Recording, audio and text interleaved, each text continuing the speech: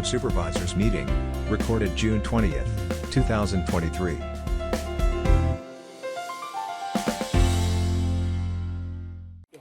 I'll call the Portage County Board to order. Clerk will take the roll. We have 22 supervisors present. Supervisor Pataki and Supervisor Hakala are remote. Pledge to the flag. I pledge allegiance to the flag of the United States of America and to the republic for which it stands, one nation, under God, indivisible, with liberty and justice for all. Invocation by Supervisor Olson. Thank you, Mr. Chair. I pray for all the people who work hard every day. There are some of us who have made it, meaning that we own a home, we have reliable transportation, we can afford health care, and we have money set aside for retirement. But there are more of us who have worked hard and still work hard, who have not made it. They are the ones who don't own a home. They live paycheck to paycheck. They worry about their transportation, they worry about health care, and they worry if they will make ends meet. Amen.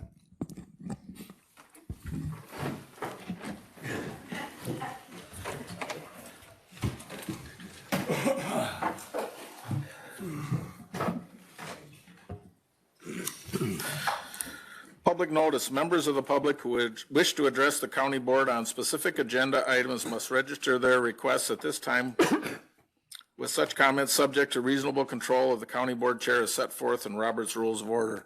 We have a list. The sheriff said he has another sheet if someone else comes in to speak.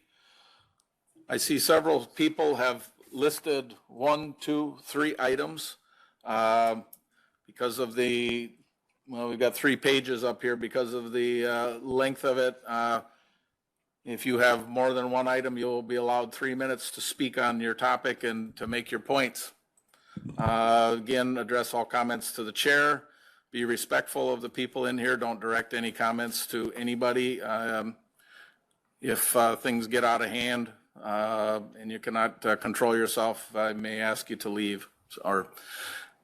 So with that, we'll start public comment. Who's first? Kathy Seller.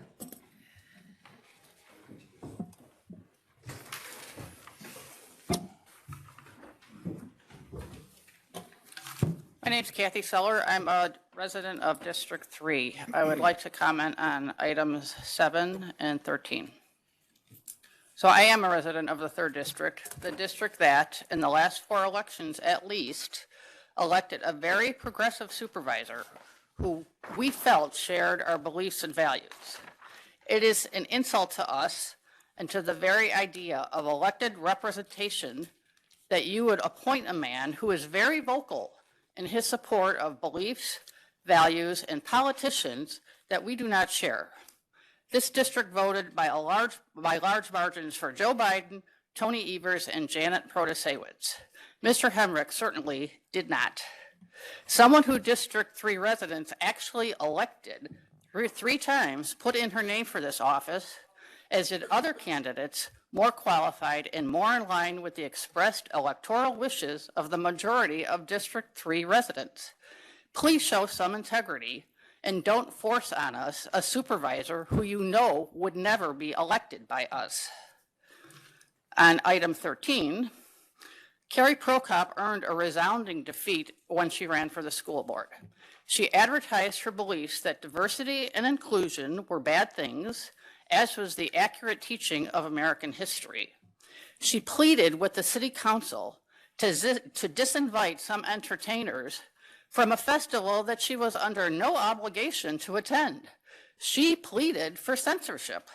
This is absolutely not a person who has any business being on a library board. Thank you.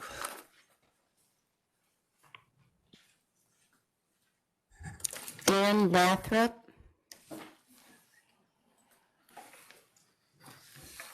Good evening, everyone. I'm here to speak on behalf of Carrie Prokop and to recommend that you support her for a seat on the library board. My family and I have known Carrie for several years now, and my wife has served with her on 3 previous boards. And my own experience with Carrie allows me to say with confidence that there are a number of reasons why she would be a wonderful asset to the library board. First, she's incredibly dedicated. I've seen firsthand how when Carrie commits to something, she puts all her energy and strong work ethic behind it. She's a problem solver. We all know that unforeseen problems and issues will arise in all of our ventures, and I've worked with plenty of people who, when that happens, throw up their hands and claim defeat. Not Carrie. It seems to me that Carrie relishes challenges as opportunities, not as barriers. She thinks very deeply. Carrie considers all issues in a very deep and thoughtful way, and as a result, she asks wonderful questions and truly seeks to understand varying points of view. She has a heart for service. As an educator, Carrie legitimately seeks to serve the families that she works with. She goes above and beyond for them, investing time and energy into each and every person. To that end, Carrie is also a passionate advocate for those who don't have the voice or authority to advocate for themselves. She's also willing to stand for what is right. Carrie is one of the most intelligent and perceptive people that I know. She knew that putting herself out there for a public position like this would open the door for people to attack her, but Carrie didn't let that stop her because she knew that her strengths would be an asset and benefit to this community. Those characteristics, along with her qualifications, should be more than enough for this board to approve her, but I know that some have spoken against Carrie and thus have perhaps planted some doubt in your mind, and I'd like to briefly speak to those concerns. First, everyone has a political ideology that guides their civic life. I believe that all of you have made your own political values known, and to exclude someone who's been nominated for a seat on a board because of political views would be un-American and unethical. To that end, the library board consists of 7 people, of which Carrie will be, of course, just one. And those who claim that Carrie will inflict damage are either ignorant of the fact that she would be just one vote or just plain desire that every member of every board think and vote like they do. Yes, Carrie has spoken out against events that are overtly sexual and aimed at children. That Carrie has advocated against exposing children to sexualized events and content seems to me a very strong reason to support her. At no other point in history would someone's candidacy for a board be in jeopardy because of trying to protect children from exposure to sexual content. That this is an issue says far more about our culture than it does about Carrie. Finally, I'd like to address the fact that Carrie's faith as a Christian has been brought into this debate. As a Christian myself, I know that we are commanded to love our neighbors as ourselves, and in my experience with Carrie, she is faithful to this commandment. She truly loves her neighbors, not in the way that Hallmark defines love, but in a biblical way, where she actively works for the well-being of others and desires for her neighbors to experience success and abundance. This is true even for those who have harshly criticized Carrie despite never even having met her. She's been on the receiving end of some unwarranted harsh words in the form of personal attacks and has never once responded in kind. Knowing Carrie, I would venture a guess that she likely even prays for those people. In summary, Carrie is intelligent, she's hardworking, and she's diligent. She has a strong faith and is guided by her convictions, and these characteristics make her an ideal candidate for service, and I strongly encourage you to approve her for a seat on the board. Thank you very much. I'd caution everybody as well. I would like no clapping or heckling or booing or acknowledging. We just want to keep this as neutral as we possibly can. Thank you. Eric Olson. Thank you, Chair Haga. Eric Olson. I reside on West River Drive in Stevens Point. There are 2 nominations being considered tonight that have generated some interest. I ask that the board, I'm addressing the board and the chair, carefully think about the precedent that they're setting should they vote to confirm these appointments. In the case of the library board, the county executive has nominated a person who ran on the same political party as him during the 2022 spring election. The county executive has already successfully appointed 2 of the school board candidates from that election to county committees. And with the 3rd one, we'll have another Pavelski hat trick. Please think carefully about the precedent of allowing the county executive to appoint his comrades to the board. As a candidate, Executive Pavelski himself warned against this practice, and he pointed out that the board is the only goalkeeper to prevent it from happening. The precedent you set is that the county executive can reward people who help him win election, even if those people are seen by some in the community as radical. In the case of the District 3 vacancy, the County Board's Executive Committee has advanced a replacement who is an outspoken Republican to represent the most liberal of the county's 25 districts. This would be similar to appointing a Democrat to replace Supervisor Barry Chakowski, except that his district, the most conservative in the county, is only 60% red, while District 3 is actually 80% blue. Mark Hemrick may be a terrific person, but he will not win next spring's election. It is obvious to those watching this board that the intent is to use his short time of service to push through decisions that are not favored by District 3 residents. This is counter to a healthy, functioning democracy. Again, Please consider the precedents you'll be setting tonight. Thank you. Lisa Pett. Lisa Pett. Here I am again, asking you to reject the county executive's appointment of Carrie Prokop to the Portage County Public Library Board of Trustees.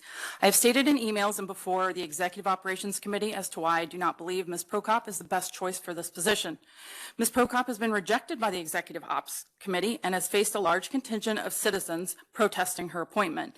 But Mr. Pavelski has continued to support her, even though she has made egregious allegations against Portage County citizens using targeted and prejudicial terms about sexual predation and grooming. In continuing to push for her appointment, the county executive has defended her, and what's more, he's doubled down on her gross slander to the entire queer community. I'm sure that Ms. Prokop's friends consider her a lovely person. Her defenders have said that she's being bullied. But being held accountable for your public statements is not bullying. Mr. Haga has said, what are we afraid of? What do we have to fear? She would be one vote on a board of 7.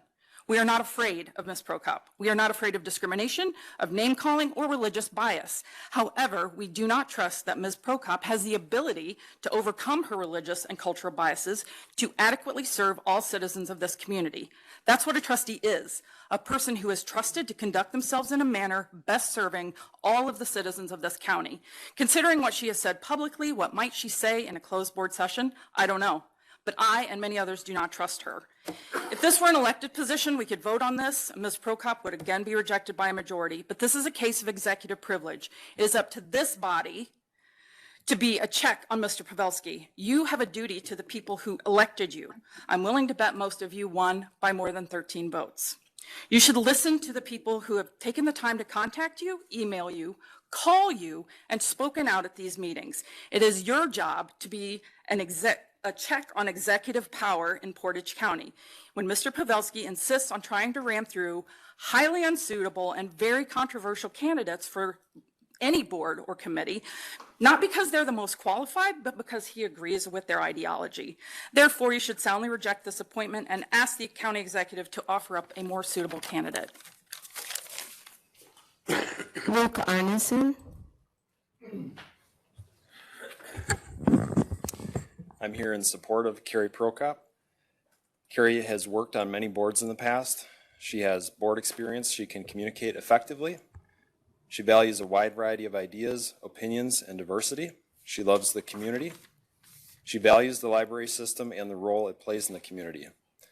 Carrie understands that boards work with finances, and she makes valuable contributions to financial discussions. She's a good problem solver. She's energetic and is willing to give the energy to the board. She will listen and ask questions and understand the needs and goals of libraries. Carrie has never attacked a person. She spoke out against an event that she rightfully believed and was correct is harmful to children. Her opponents have attacked her, and if someone should be rebuked, it is her opponents. I urge you to confirm Carrie Prokop for the library board. Thank you. Charles Bigelow.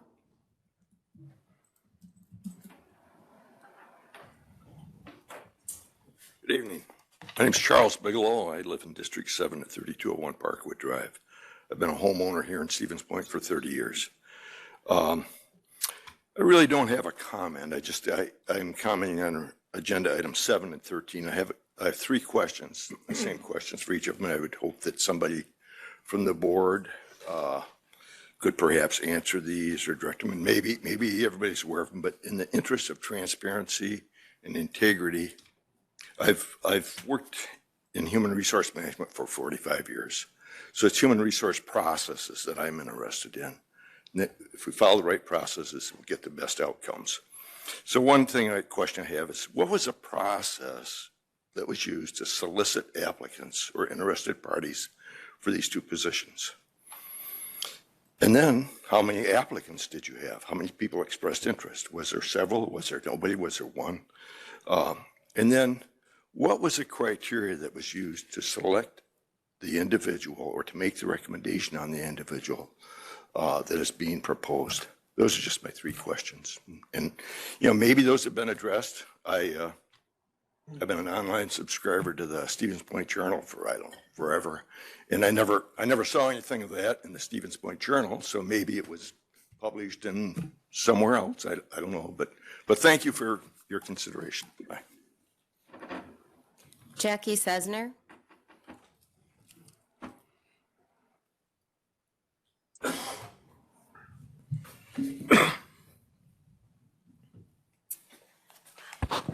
Thank you. First, I'd like to say from what I've heard here so far today and at the committee hearing, I believe you're going to hear a lot of information on just what people are thinking. They don't know Carrie. They don't know how intelligent she is, that she's an educator, and all that she's done. She has quite a history, so all this, I think she's going to do this, and I think she's going to do that, I really honestly don't think is appropriate. However, I'm speaking to you today to express my support of Carrie Prokop to be appointed to the Public Library Board. As an accomplished educator with outstanding leadership and communication skills, Carrie demonstrates her hearts for our parents and children daily. Thus, she is a perfect fit to be appointed to the Library Board. I have witnessed Carrie's willingness to listen to all individual viewpoints on a variety of issues, and I have observed her executing thoughtful, critical thinking decision-making to assist in collaborating for win-win solutions to challenging organizational problems. Additionally, I have been impressed with Carrie's commitment to our community, and I value her willingness to serve on the Public Library Board. I wholeheartedly endorse Carrie, as I know she will utilize her exceptional proficiencies and life experience to be an asset for the benefit of everyone in our community. I request you vote to appoint Carrie Prokop to be a citizen representative on the Public Library Board, and I thank you for your consideration. Melissa Johnson.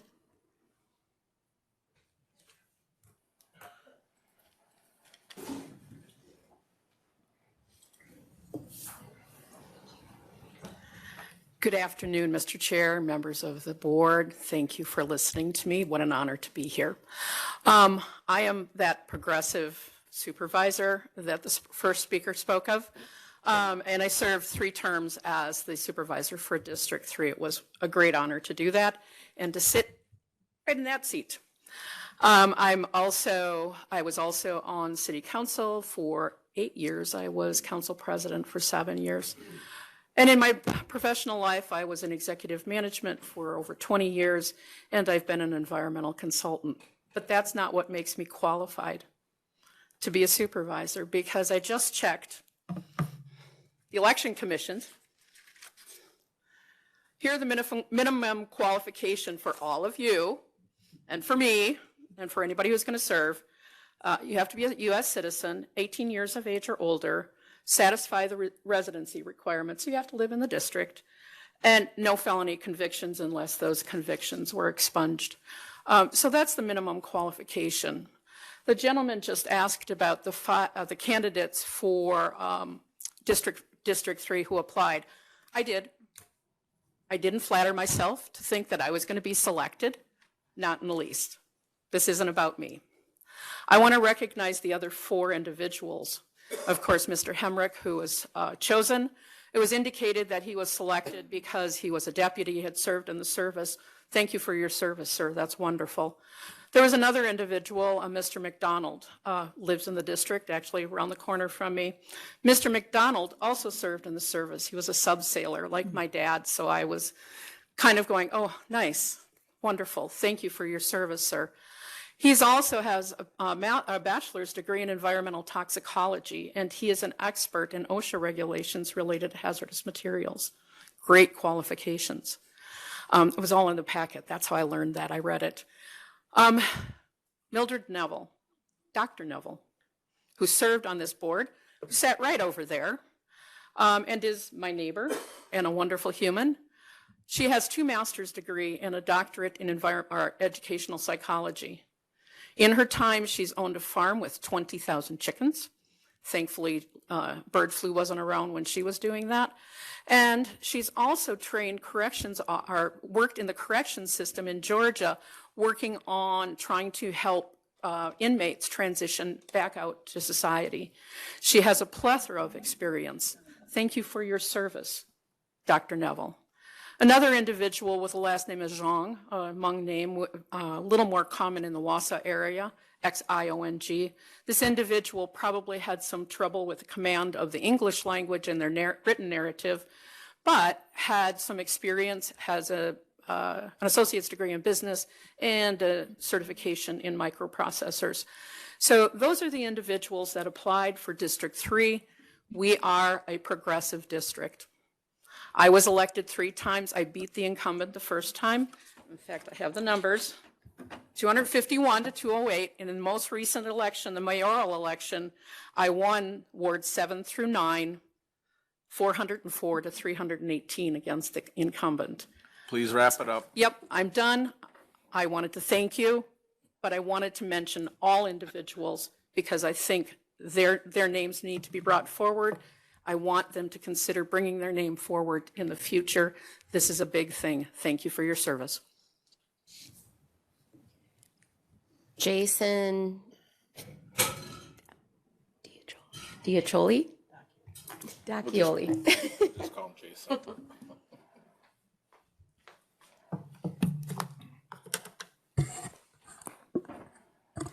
Thank you, Mr. Chair and members of the County Board. My name is Jason Dacchioli, and I live in Stevens Point. I'm here to express my concerns with the direct appointment of Ms. Carrie Prokop to the Library Board. I'm a believer in what public libraries can do for a community. Libraries provide access to a variety of services, including access to a wealth of knowledge, expression, and ideas. Each of those are powerful tools that lead to an informed and educated citizenry, even when those ideas are provocative. But libraries are not provocative for the sake of shock value. Libraries are places of ideas that can be explored, researched, and cited. Individuals tasked with serving on the Board of Trustees have a responsibility to ensure their actions and their public statements align with the library's mission. And that means that there is a certain amount of research that needs to be done before making those public statements. At the May 15, 2023 Common Council meeting, Ms. Prokop made a statement regarding the performance of drag at the now-past Stevens Point Pride event. I will quote part of the statement now. The rest can be found in the meeting's recording. Quote, I am first to uphold parental authority, but there are a lot of things in our society that children just aren't allowed to do. They're not allowed to get driver's licenses. They're not allowed to join the military. The last I looked, drag queens was a sexual fetish. We need to protect our children, and they are our children. I want to know where the line is. How far do we keep going? I think we've crossed it. I think this firmly crosses the line into grooming our children. I ask that this council kindly let the performers know that their services, their entertainment is no longer needed, and they don't need to come back ever again. Close quote. Ms. Prokop's assertion that drag queens are a sexual fetish is misleading. Any object or person can be sexualized and by extension fetishized. Drag queens are no more nor less special in that regard. What Ms. Prokop does not know, or at least did not allude to knowing, is that the idea of a drag queen is performative. Drag explores the ideas of gender and gender expression and is a way for gay men to explore and create what is negatively perceived as their femininity. The more troubling part of Ms. Prokop's statement, though, was the use of the term grooming. The grooming of children by sexual predators is very real and very serious, but Ms. Prokop's implication was that by letting children attend the family-oriented portion of Pride, which included a drag queen story hour, those children would somehow be opened up to sexual assault by drag queens and, by extension, members of the LGBTQ+ community, when nothing could be farther from the truth. In fact, a search of PolitiFact.com distills a narrative surrounding the politically charged use of the term grooming as it pertains to that community. I expect a member of a library board to back up statements and accusations with evidence. The fact that Ms. Prokop does not demonstrate that necessary skill while simultaneously stigmatizing a subset of Portage County citizens disqualifies her from this appointment. I appreciate your taking the time to listen and to consider the weight of Ms. Prokop's statements. Thank you. Jan Way.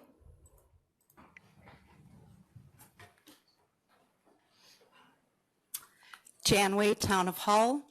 First of all, I'd like to thank everyone here, Chair Haga. I know it's kind of a thankless and very time-consuming and difficult job at times. I'm speaking on number 7 and number 13. I was disappointed in the nomination of Mr. Hemrick for County Board Representative in the 3rd District. I don't know him personally either, but know enough about him. Every time I've talked to someone has led me to believe that he's not a choice that I believe the people of the 3rd District would choose to represent them. The board has become highly partisan from the viewpoint of others, and this choice would make it even more so. I'm suggesting that you go back to executive ops and reconsider your choice. Going on to number 13, Carrie Prokop has become a highly contentious nomination for the library board, and it's hard for me to understand that someone can stand, and this is her word, stand against inclusion, diversity, and equity. I suppose you can choose not to support those things by not putting dollars behind them, but to be against it is just offensive to me. I'm advised that there were other highly qualified and less contentious applications for this position as well. Thank you. William Wood.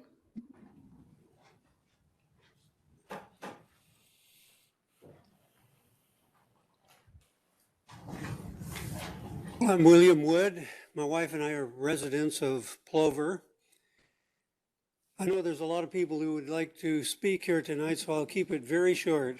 We are here in support of Carrie Prokop's nomination for the Portage County Public Library Board and urge you to vote positively for her. Thank you. Kevin Flatoff.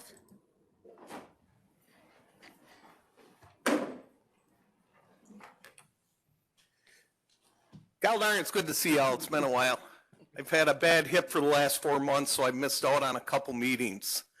I'm Kevin Flatoff, District 3. Thank you, County Exec Pavelski, Chair Haga, County Board Supervisors for giving me this time. When I found out that District 3 was opening up, it was very humbling. Quite a few County Board Supervisors either stopped in my car lot or reached out to me and asked if I would be interested in filling that position. I just want to let everybody know that I had bought another business between when I had ran for County Board Supervisor and the present time. And my days consist of waking up at 4:30, going to one business, and spending the rest of the day at the other. So there was very inconvenient in a way I could fill that spot as much as I love Portage County. So thank you, everybody, for reaching out. I appreciate you. As for Mr. Hemrick, I think he'd be a wonderful choice. He is, like myself, a veteran of the United States military. He served as a Portage County deputy for 33 years. That's public service, my friends. I don't see anybody more qualified for the position of District 3 for the appointment than Mr. Hemrick. He's a wonderful person. He loves our community, as do I. And I hope you guys will take that into consideration when voting. Thank you, everybody. Have a wonderful night. Carol Malepsky.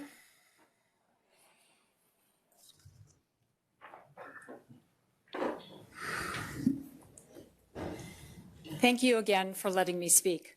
I just have a very short comment, and it's basically about the fact that all progressives do not vote the same way, nor, if you want to say, Republicans vote the same way.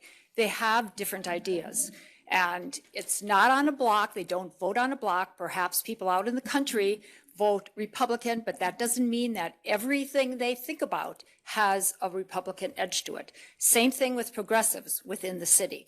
They probably don't think the same way on every issue. So I guess as far as the boards, I would like to see some kind of balance so that there is a give and take. So everybody isn't saying the same thing on the board, or why is there any use for a board at all?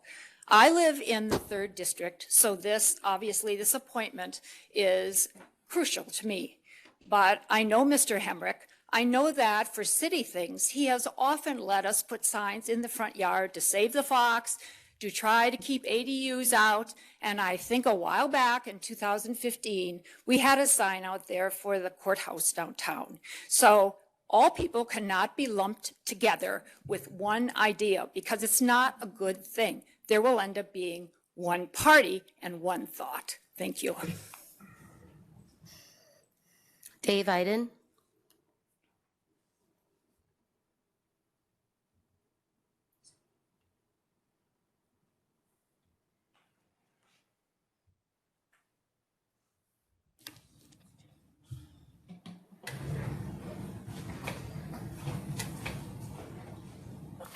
Good evening, Mr. Chairman, County Board Supervisors. Thank you for the opportunity to speak.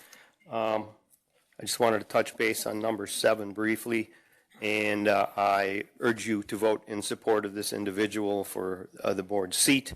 I think he's greatly qualified, as Kevin had mentioned. He's done service to our community, and he's stepping up to do that very same thing here today. I'm urging your support for his appointment to the board.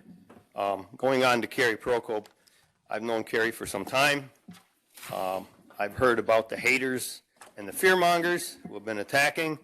The more they throw the lies out there, they want them to sit in your brain thinking that, yeah, this is the truth. Well, it's not. I think she's uniquely qualified to take this position on the library board. I'm urging your support for Carrie also. And I don't know why those who seem so intimidated by her to raise their voices so high seem to fear her. She would be one. She would bring a unique perspective to the library board also. She's not about banning books, one of the lies that have been perpetrated against her. And once again, I would urge you to vote in support of Carrie Prokop to the library board for appointment. And I think it would just be an ability to round out that board some, because she doesn't make rash judgments and she doesn't judge ahead of the fact that she's going to be honest and look at the issue before she makes a decision. Thank you again for your time. Molly Roberts, and then Mildred Neville.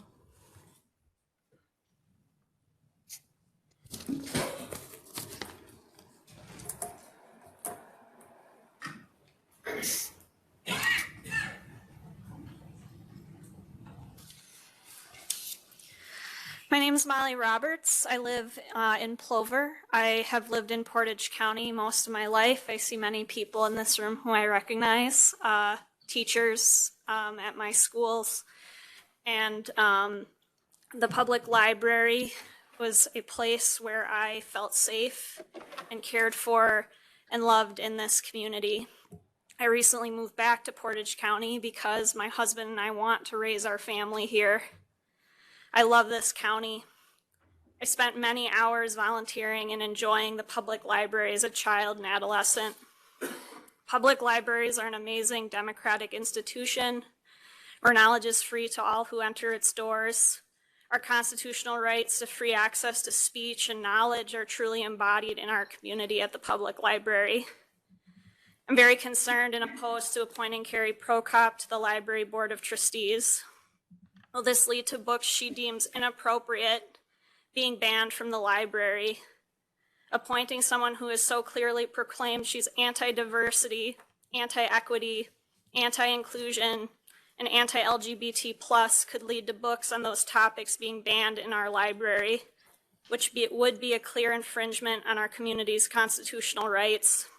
It's the job of parents, not the public library, to monitor what books their children are reading. The Portage County Public Library was always a beacon, a safe haven, and a loving community for me growing up. I fear what message appointing Carrie Prokop sends to the people of this county, especially the children of this county who are part of the queer community. The library is supposed to be a safe place and a refuge for everyone in this community.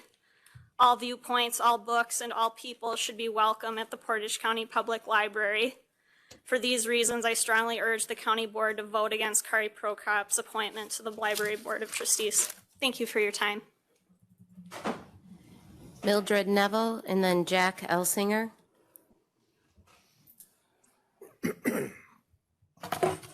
Thanks for the opportunity to speak to you.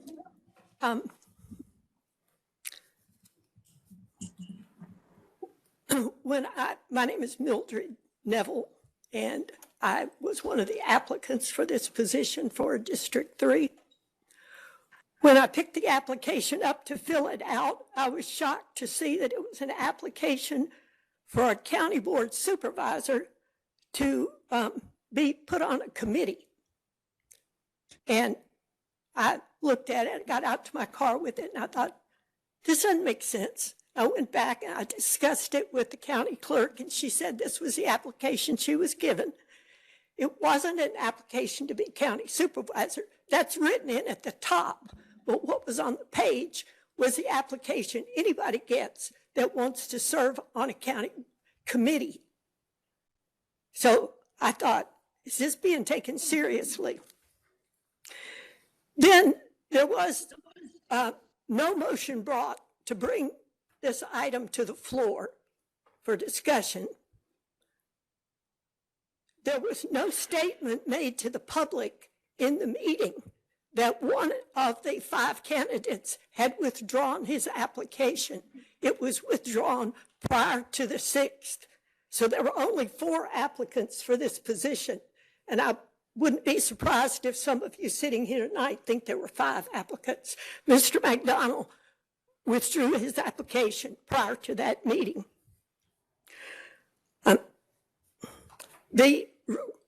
We were requested when advertising was done for the position to to fill application resume. There were 4 candidates remaining. Of those 4 candidates, 3 had resumes, 1 did not. Mr. Hemrick is the one who did not. He had 11 sentences written providing his qualifications.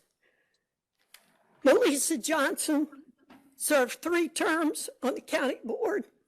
I was serving on the county board in my current district for 2 of those terms. I thought she was an excellent supervisor.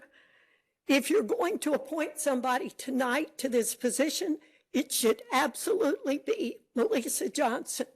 She was elected 3 times in her district. First, as she said, she beat an incumbent, and then she ran unopposed twice. I just don't, I'm shocked by how this has been taken, and the comments of the other people that have spoken so far tonight, I agree with, that do not feel this has been to get a representative for District 3. Thank you. Jack Elsinger, and then Scott Roberts.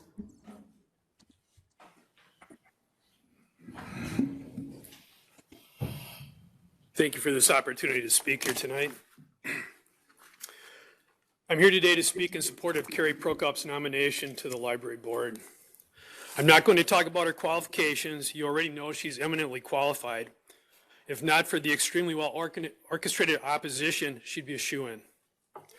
No, in light of the enormous resistance that's been thrown up against this nomination, I believe you need to seriously consider why she is being so opposed. Let's look at the facts. When Carrie is appointed to the board, she will have only 1 vote out of 7. Alone, she could get nothing done. She simply would be outvoted. I emphasize she would get nothing done. So the question then must be asked, what's so frightening about just 1 well-qualified woman on the library board? Are these people who are opposing her so afraid of one opinion, an opinion which they may not be able to influence, that they have to unleash the attack dogs like this? If that is the case, then we must ask exactly what control are they afraid of losing? Or maybe it's not fear of losing control. Perhaps it's a fear that the wrong questions will start to be asked. At this point, we do not know what we do not know, but we need to start finding out. You need to put someone on the board with the courage to challenge the status quo if the status quo is wrong. Now, I understand that you county board members have been swamped with opposition to Carrie. I also understand that as elected officials, it is expected that you listen to your constituents. However, in your capacity, you have been entrusted with doing what is right, but not necessarily what is popular. It is your job to appoint people of integrity and courage who will ask the tough questions, even in the face of outright attempts at intimidation and bullying. Looking around here this evening, I recognize some of the same people who have pushed very hard for diversity, equity, and inclusion for the past 3 years. Does it not seem ironic and hypocritical that these same people are now working so hard to shut up someone not exactly like themselves. It would appear that it is they who need a strong dose of DEI, and putting Carrie on the library board would be a good start. We know Carrie has the required integrity. She understood that this renomination was going to cause a firestorm, but she chose to go through with it anyway because she has true strength of character and the courage to face down those who would, ironically, silence others in the name of free speech. I pray that you who are making this decision tonight have as much courage as this nominee does. Vote to put Carrie Prokop on the library board. Portage County citizens willing to serve who will, if need arises, speak truth to power. Thank you. Scott Roberts and then Nina Fisher.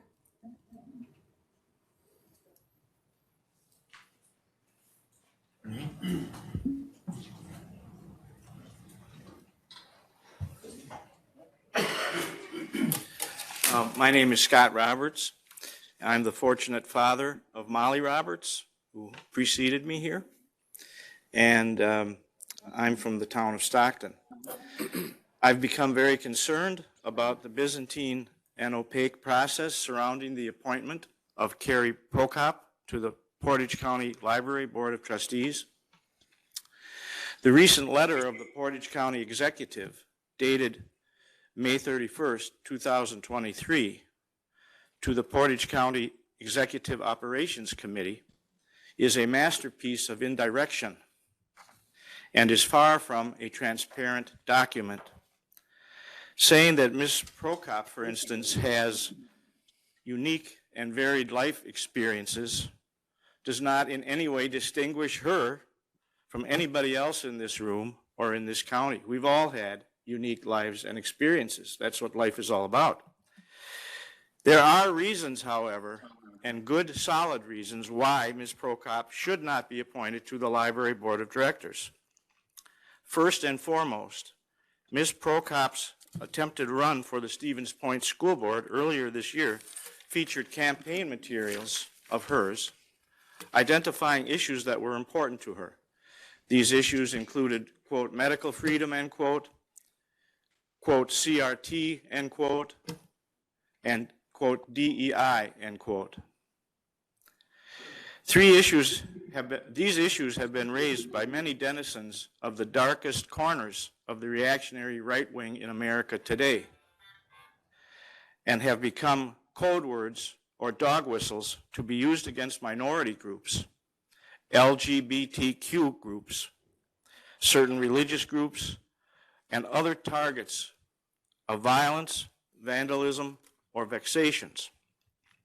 The use of these code words in her campaign materials undoubtedly contributed to her defeat in the school board election. But they were not enough to disqualify her from being selected by the county executive for service on the library board, which is essentially the twin sister of the school board in terms of intellectual freedom in our community. In his letter of May 31st, he stated that appointees, such as Ms. Prokop, should, quote, encompass many points of view of the populace so that the committee does not operate in a silo, end quote, whatever that means. It certainly does not mean that members of the KKK, neo-Nazis, or scapegoaters deserve a place on public committees. The electorate saw fit to defeat Ms. Prokop in the school board election. The county exec nevertheless saw fit to select her thereafter to the library board. He then saw fit to re-select her after the Executive Operations Committee voted 4-1 to not approve her. And he then saw fit to re-select her again before said committee, which again did not approve her at its last meeting. I was there, I saw it. Sir, please wrap it up. My last sentence, please. Very good. Now today, he re-selects her before the county board. I hope the fourth time is not the charm. Thank you very much. Nina Fisher and then Maria Moore.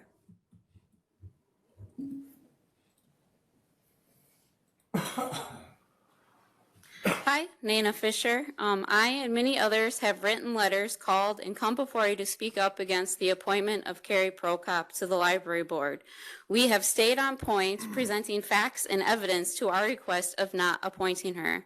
For that, we are called bullies and unleashed attack dogs during the speeches of those who want her appointed in the previous executive board meetings. Decorum is needed here. People should be allowed to speak up with their opinions and criticisms without being called names, and I ask this board to have some decorum by telling them they aren't allowed to do that. I would also like to point out to the board that citizens informing other citizens of what is happening in our government and asking them to speak up is well within our right, and it's part of how our government works. For some reason, they were presenting this as negative. It is not. People should be discussing her merits or lack thereof. Again, the only one Executive Pavelski said was claiming she was the best fit with the incoming refugees. Prokop is anti-DEI, which is the mission that would best serve the refugees. The library's mission is pro-DEI, and that alone should be enough to disqualify her as the top candidate for this position. Again, I remind you that Prokop claims she is anti-DEI because she sees individuals and not groups, but then she went before the city council and asked them to ban a group from our city, not seeing them as individuals and trying to violate their constitutional rights. I ask you, please, do not approve this appointment. I also ask that you do not approve the appointment of Mr. Hemrick to District 3.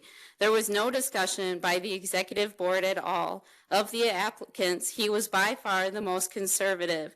The person appointed should be that is closest to Weaver's politics, not the furthest. Please do right by them. Maria Moore, and then Dominique.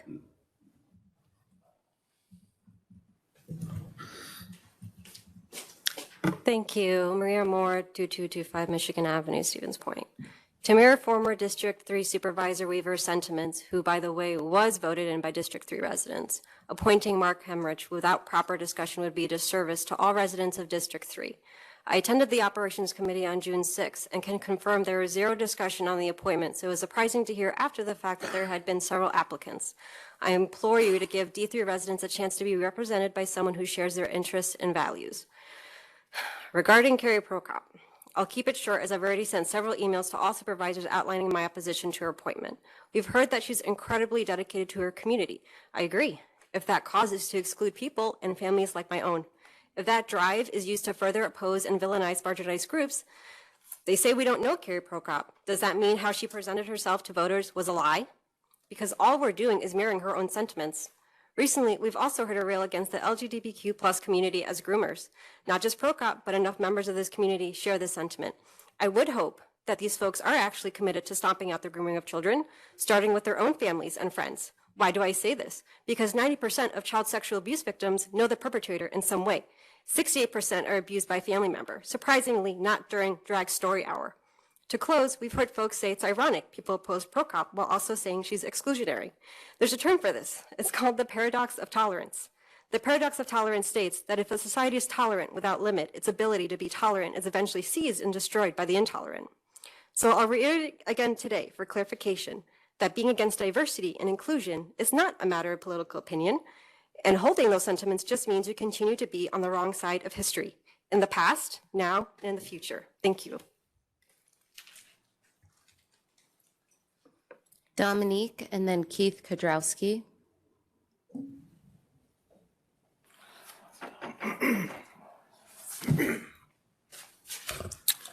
Hello, my name is Dominique Swangstu. I live at 900 Union Street, Stevens Point. I'm here to I'll be very brief. I'm the Village of Plover Natural Resource Recreation Planner, so I'm here to just speak in support of agenda item number 24. I believe it's been a great collaborative effort so far, and again, I'll keep it very brief, but I'm here if there are any questions when that agenda item comes up. Thank you very much. Keith Kodrowski, and then Armin Neba.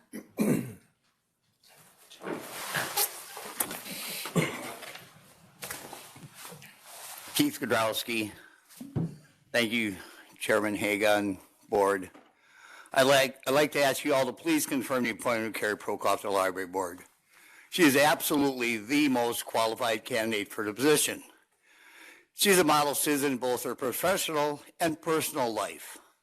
I know her pretty well, and I believe she shares the goals of the existing library board, just with a different perspective of the world. This is what makes her so unique and different from the other applicants and current board members. With a more diverse board, we will gain strength. Carrie will truly contribute with her wealth of knowledge to assist in solving problems as they arise. This will allow the board to make our local libraries even better by providing a perspective that other members do not have. Additionally, the library board doesn't select or exclude books for the library. That duty solely belongs to the library staff. You all know Carrie's well qualified, and without the hate-filled rhetoric being spewed by some in this county previous meetings. So put your party politics on the back burner for a day. Do what's right for the people of Portage County. Thank you.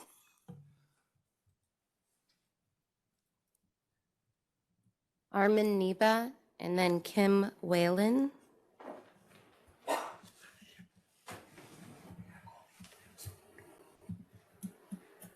Hello, my name is Armin Nabel, District 3. I thank the executive supervisor and the county board members for giving me the opportunity to speak. I am here to speak for my wife and a couple of our neighbors that have asked that several of our District 3 neighbors only recently learned about Lionel Weaver stepping down from Portage County Representative of District 3. We understand that Mark Hemlick Sr. has been nominated to replace him, and we'd like to state that we have major concerns about this nomination. We voted for Lionel Weaver in the last election, and in the past we voted for Melissa Johnson, who also applied for this vacancy. We don't believe Mr. Hemrick, based on the past letters to the editor, has the same or at least similar philosophy or vision for the county as we, the voters of District 3, have voted for. Please reconsider Mr. Hemrick's nomination and place a candidate who is more reflective of the majority of the people in District 3 to complete the term left behind by Lionel Weaver. Thank you.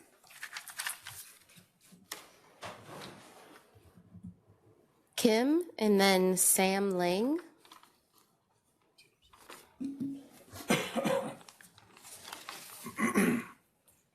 Kim Whelan, I'm a reading teacher in Stevens Point School District, speaking against Carrie Prokop.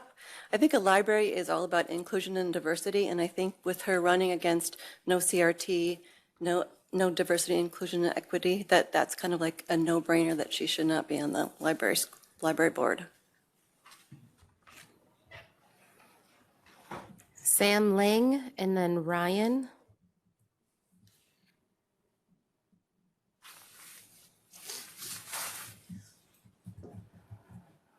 Hello, Sam Lang, Water Street, Stevens Point.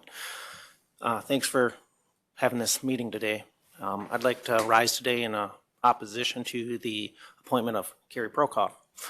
Only one thing really to say. I don't understand how this person got appointed. The values listed by the Portage County Public Library website say inclusivity.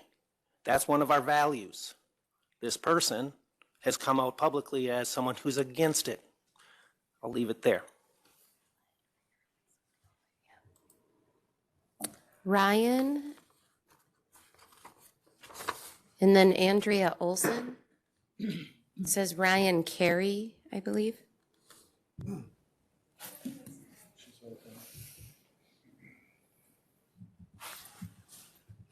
Where do I go to complain?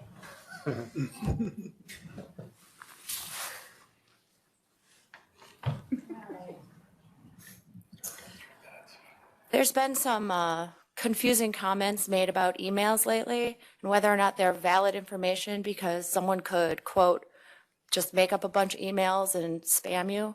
Just so you know, you can spoof numbers too. So a phone call isn't really any better. But anyway, I'm Carrie. I emailed you all. If you have an email address and read it, let me think here. Sorry, I got pulled out of gardening, so I'm a little bit out of it. Anyway, Prokop, no. Put on Tanya Kowalski. She's more qualified. As for Hemrick, He is a snowbird. He's 83. 83-year-old representing that district. That's not, no. I mean, no. My mom's also in District 3. She doesn't want him. And I've got some handy little screen grabs from Robin Falk on Eric Olson's page. It says here, Pataki was also the sheriff for multiple terms. Seems like everyone knew all the applicants and nominated the one they wanted to work with. Let's see what else. Robin Falk. Oh, where is it? Quitting midterm and the board appointing a replacement happens frequently. We see it multiple times a year. None of you would be whining if your favorite had been appointed. Anyone like to see the screenshots? Let me know. Yeah, peace. Andrea Olson and then Janelle Weir.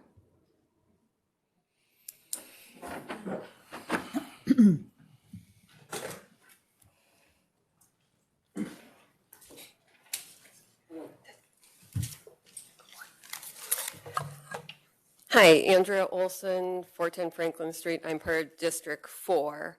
I'm in District 4. I didn't know my representative when I was voting for him because I didn't need to personally know him. I went by what he stated online and what I was able to do on research for him. So anytime anybody says that you need to personally know somebody to be able to say something about them, you really don't have to if you research them properly. So agenda item 13. Who here reviewed the applicants of all, or applications of all the applicants for this position? I did. I tried to do it in an unbiased fashion, read them over, and was like, oh, I know which one I would choose, but then it was not Ms. Prokop. But I did it in my own view, and I'm not voting here. However, per the ordinances, the Code of Conduct states that fairness, non-discrimination, make decisions based on research and facts. Number 3 in there, encourage diverse and inclusive public participation. Respect, number 2 in there, refrain from personal attacks against the public and all persons to project the reputation and integrity of the county.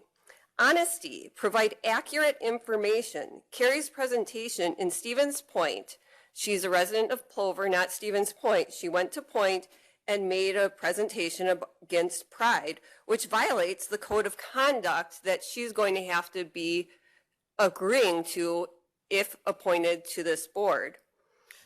Also, ordinance 3.1.c.2, I think has been violated by the executive operations decision to pass the applicant to the full board without a recommendation. How can the full board then even have an authority to confirm the appointment?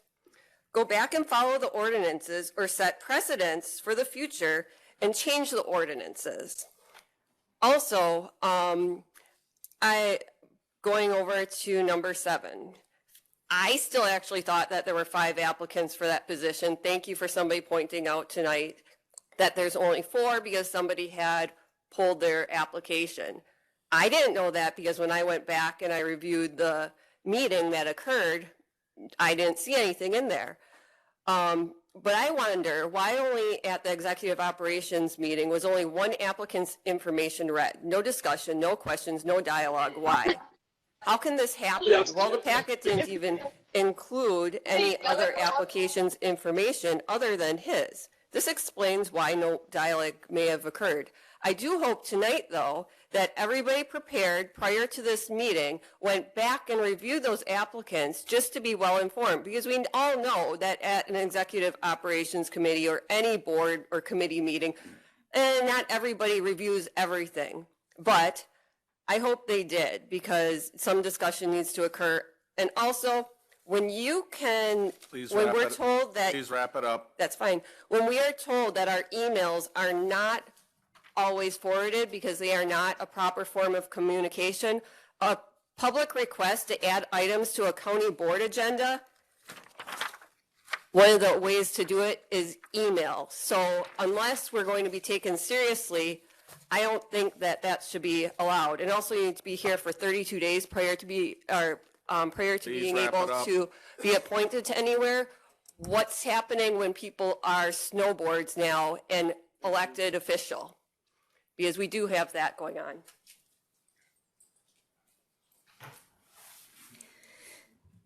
Janelle Weir and Shannon Lewis.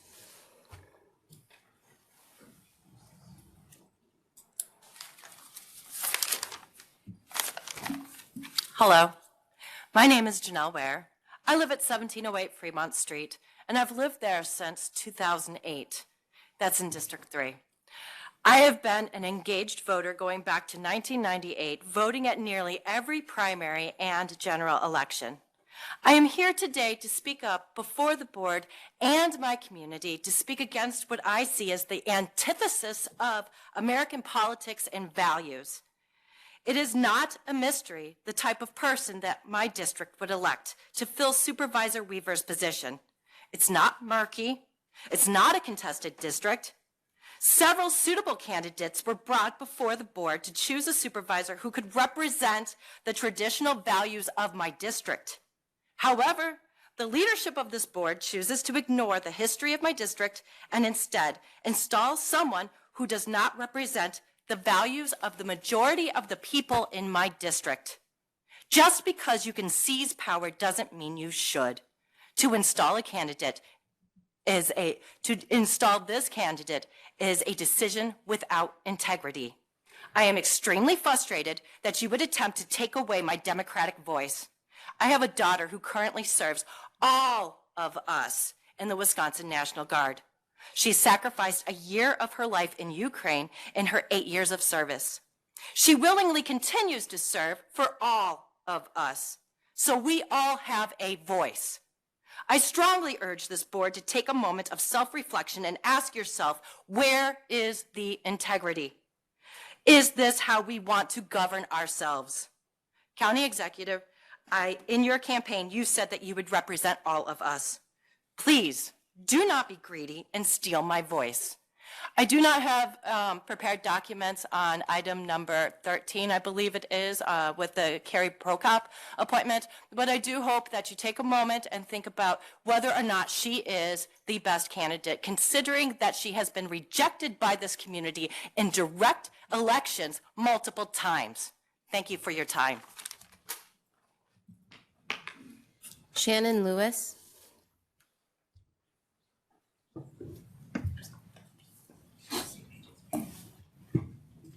Hello, my name is Shannon Lewis. I've lived in Portage County for 30 years. My husband and I have raised a multiracial family in this community, and we have spent many a day at the Portage County Library with our children when they were growing up.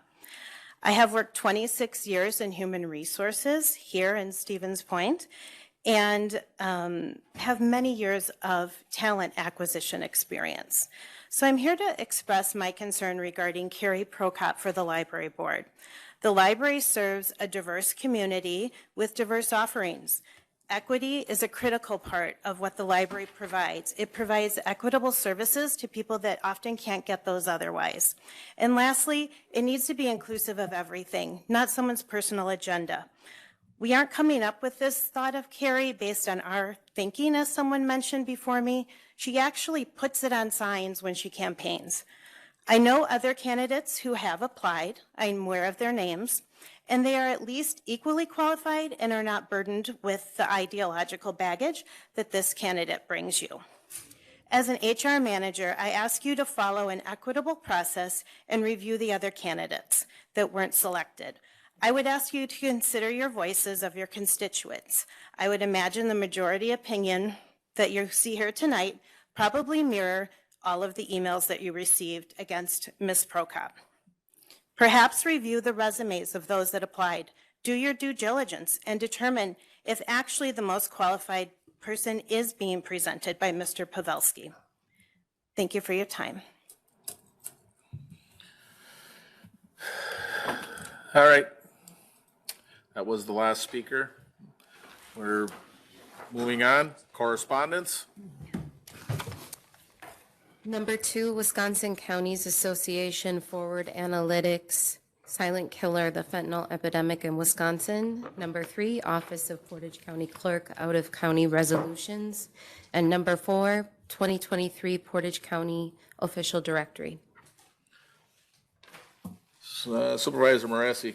Thank you, Mr. Chair. I just have a quick question about item number 3, or a couple of questions, actually. I'm just wondering if all of the out-of-county resolutions that get sent to us, do they get presented at our board meetings, or how does that work? So when they come, they have other board meetings at other places. As a part of the resolution, it says to forward it on to boards or Wisconsin counties or their local leaders. That's what is happening. They are forwarding them on, and you are seeing them in the packet. If there's things that are in there that you see that you think are a fit or something else, then they need to be brought up by the board or run through the boards, through the committees. And everything that is asked to be sent to other counties that we receive, do we present them, or do we just pick the ones that we want on there? No, All of them. all of them Okay. that are sent Thank to you. us are in this, are included in this. Thank you. Just curious. And I'm going to take a few liberties here. Mr. Medine had asked to make a statement under correspondence. Yes. Phil Eisvog has been selected by his peers as chairman of the North Central Wisconsin International Trade, Business, and Economic Development Council. The council works jointly with the North Central Wisconsin Tourism Advisory Council and is adjunct to the Wisconsin Counties Association. Portage County members are Phil Eisvog and Al Haga. The group promotes Central Wisconsin in trade shows and internet marketing. Congratulations, Phil. Phil has asked to be appointed to that after he had resigned as a supervisor and as a county board chair, and was able to be appointed by me to that committee, and has always been quite involved, and I'm glad to hear that he was appointed to the president's position on that committee. So the next item is that we have had a incident that has come up at the Ruth Gilfrey building. Todd is not here, but Jenny is here to give the board and the community an update on what's going on there.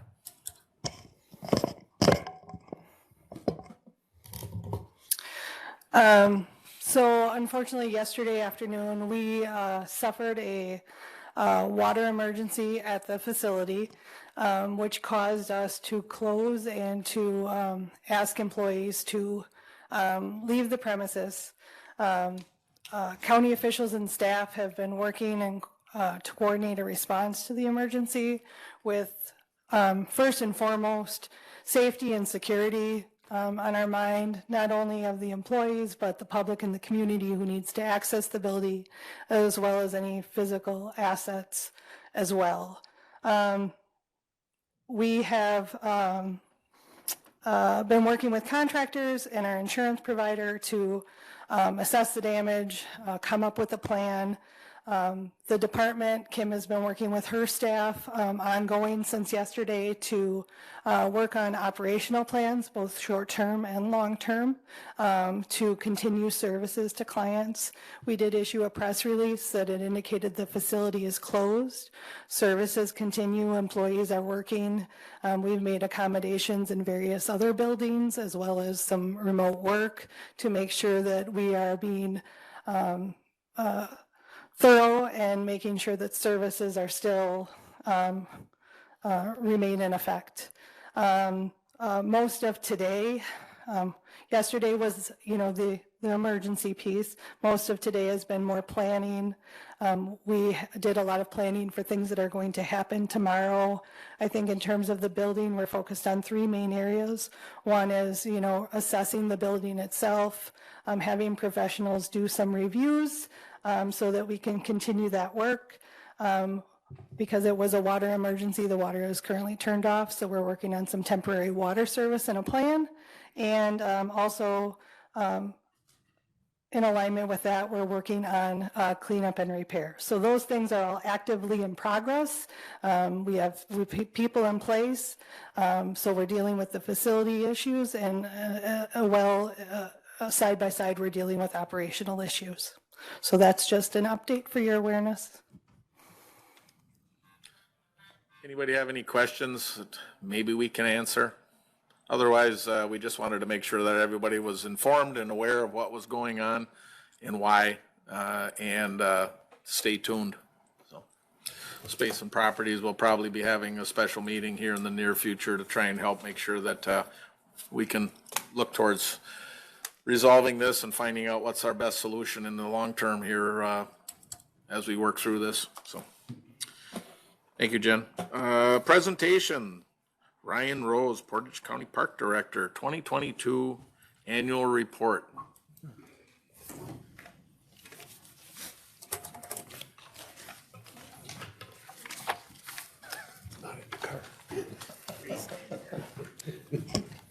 Can you all hear me? Yeah, okay, great. As I looked down at the agenda tonight, I noticed there were 32 items on here. And you picked a good night for this. Yeah, I did. If I could read Chair Hagan's mind right now, he is telling me to wrap this up already. But just this way. Thank you for your report. So anyways, like I said, my name is Ryan Rose. I am the Parks Director here. I included in your packet an agenda, or I should say my 2022 annual report. I won't go through that. It's 20 pages. I'm sure that you've all read it from cover to back. In that report, the reason I put that in there is to kind of give everybody an outline of how many parks we actually have. I don't think a lot of you or even the public knows how many parks we take care of. We take care of approximately 26 parks. You know, a lot of the big ones, but there are a lot of other ones as well that are listed in there. So I want to always put that in there to show you exactly what we kind of take care of. At the end of that report, I have my favorite part is the annual highlights. A lot of the things we do revolve around a lot of different things, whether it's cultural or historical or environmental. This particular section I basically use to highlight kind of the revenues that we pull in at the Parks Department. And I'm not going to go through all of them, but we do have a lot of different sources of revenue that we pull in to help us keep our Parks Department looking nice. If I added up all those numbers, I think I did, it was over $550,000 that we bring in revenue. There are a lot of things to do in the parks that don't require any money, but there are things that we do charge because it takes a lot to take care of those things. So I always just like to put that in there, not to say that money is everything, but it does help us out a lot. A lot of the other things we do too is maintain the parks. It's not cheap to maintain the parks. Just to give you an example, we have 2 wells that have to go in because of high nitrates, one at Collins, one at Lake Emily West. Those are about $20,000 a piece. Those just snapped up on us like that. Another example is if you've ever put a water heater in your house, our water heaters in the parks are about $2,000 a piece, just because of how our chases are built. They're vented and they have to be that type of water heater to get out the carbon monoxide if we ever had an issue. So the money does help with what we're trying to accomplish in the parks as well. I've got another thing here that I wanted to share with you that I think is even more important, are things other than money. Last year in 2022, we set these goals out, and those goals are then pushed into 23. So I wanted to share some of the goals that we had and some of the opportunities that came about for us. So this is kind of a list of the first things that I've ever had to deal with, and it's kind of exciting for me. This was the first year we had an event. It was called the Iron Bull Adventure Challenge. This event took place on Memorial Day. It's typically held up in the Wausau Rib Mountain area. They had contacted me last year and asked if we would be interested in doing something like this in our area. And I was very excited to have it because we've never done anything like this before. This event had a total of 500 participants from 19 different states, and I think the furthest away was from Louisiana. This event was an Iron Bull Challenge, which meant that included orienteering, canoeing, kayaking, running, mountain biking. It included Steinhaugen Park, Jordan Park, Standing Rocks Park, Lake Emily. It also included the 27-mile Green Circle Trail, the 13-mile TRST Trail, and we worked with Dan Kramer from the City Parks Department. They used Iverson and the Sculpture Park. So it was a great opportunity for us to show what we have here in Portage County. They had a news article that they released, and in one of the sentences, someone wrote that this was 4 times better than last year, and last year was awesome. So I really took that as something nice that we did, and they really enjoyed it here. It was a wonderful group to work with, so I give them a lot of credit. Very well organized operation they ran.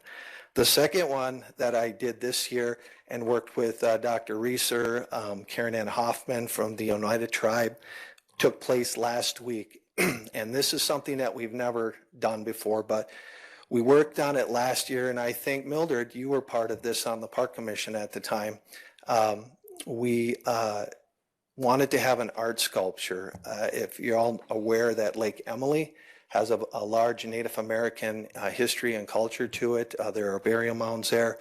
So we were approached by the Oneida Tribe, Menominee Tribe, to do an art sculpture there. If you drive by Lake Emily right now, you'll see it. It's in a big stone. And we had that ceremony last week on Monday. We had a great turnout. I think there was 75 to 100 people that showed up for that. We even got the governor to get there. So that was really exciting. I had to call sheriff on that one. I was notified that night that he was coming, so I called him Monday just to make sure that that was actually taking place. There's nothing like a half-day notice the governor's coming, but it worked out great for us. Another event we're doing too, and again, these are all firsts that we're trying for the first time. We have a mountain bike enduro race that we're holding at Standing Rocks Park. That's kind of exciting. I think the last race we've ever had there was back in the early 90s. So this is something that we want to try again to bring in some different people to our parks and showcase our parks. And the last one and the most exciting one for me, I've shared this with some of my colleagues, one sitting behind me, Director Josie. I try to make her laugh on a weekly basis. Sometimes I succeed, sometimes I don't. But she knows this story. This is the first time it's ever happened. I'd like to share it with you guys. We did get our first reporting of a Bigfoot in our Parks Department. I'm very honored that I have worked here while that happened. This particular Bigfoot was spotted at the Dewey shooting range. It was explained to me it was your standard 7 to 8 foot squatch, brown shaggy hair. They asked me, Ryan, how did you know it was a he? And I said, I don't, but I know it's not a female. They wouldn't show up at a shooting range for their debut. So I would like to say that was a first for me, and it makes me laugh. I do enjoy my job. We have a wonderful Parks Department, and I always ask any of you, if you'd like a tour, please give me a call, and I will take you out and show you all the different things. And on that note, I am complete, unless there's any questions. Anybody have any questions for Mr. Rose? Mr. Splinter? I'm just going to add on to the dedication of the sculpture, which you and the Parks Department put together a wonderful program. And the one interesting thing I found about that sculpture, which is dedicated to the native presence that's been out there for over 3,000 years. Can you imagine that? Almost back to the times of the pyramids, that we've had native presence at Lake Emily. So that's rather impressive. And the sculpture is on the far east end of the lake by the boat landing. And it's really cool. And it basically is 3 sisters and represents squash, corn, and beans, which the natives all grew together. And those 3 crops sustained their life alone without fish. But Brian wanted to add a fish, so we got a fish added to the sculpture too. So if you get a chance, if you're out and about on the weekends, you want to take a drive out in the country and see it, it's very cool, and it's got a very nice setting with the lake behind it. So my hat's off to Brian and his staff that put that all together. Thank you. Any other questions or comments? I'd just like to say that I hear so many comments about our Portage County parks. They really are a big part of Portage County, and I hear nothing but good about the campsites as well as the, if you haven't been out to Standing Rocks to see some of the improvements out there, and there's so many things going on out at Standing Rocks at different times, but we've had new boat landings and stuff. There's always constantly some improvements that we keep putting in there to make it better than what it is every year. So thanks for that. So, all right. Thank you, sir. Thank you, guys.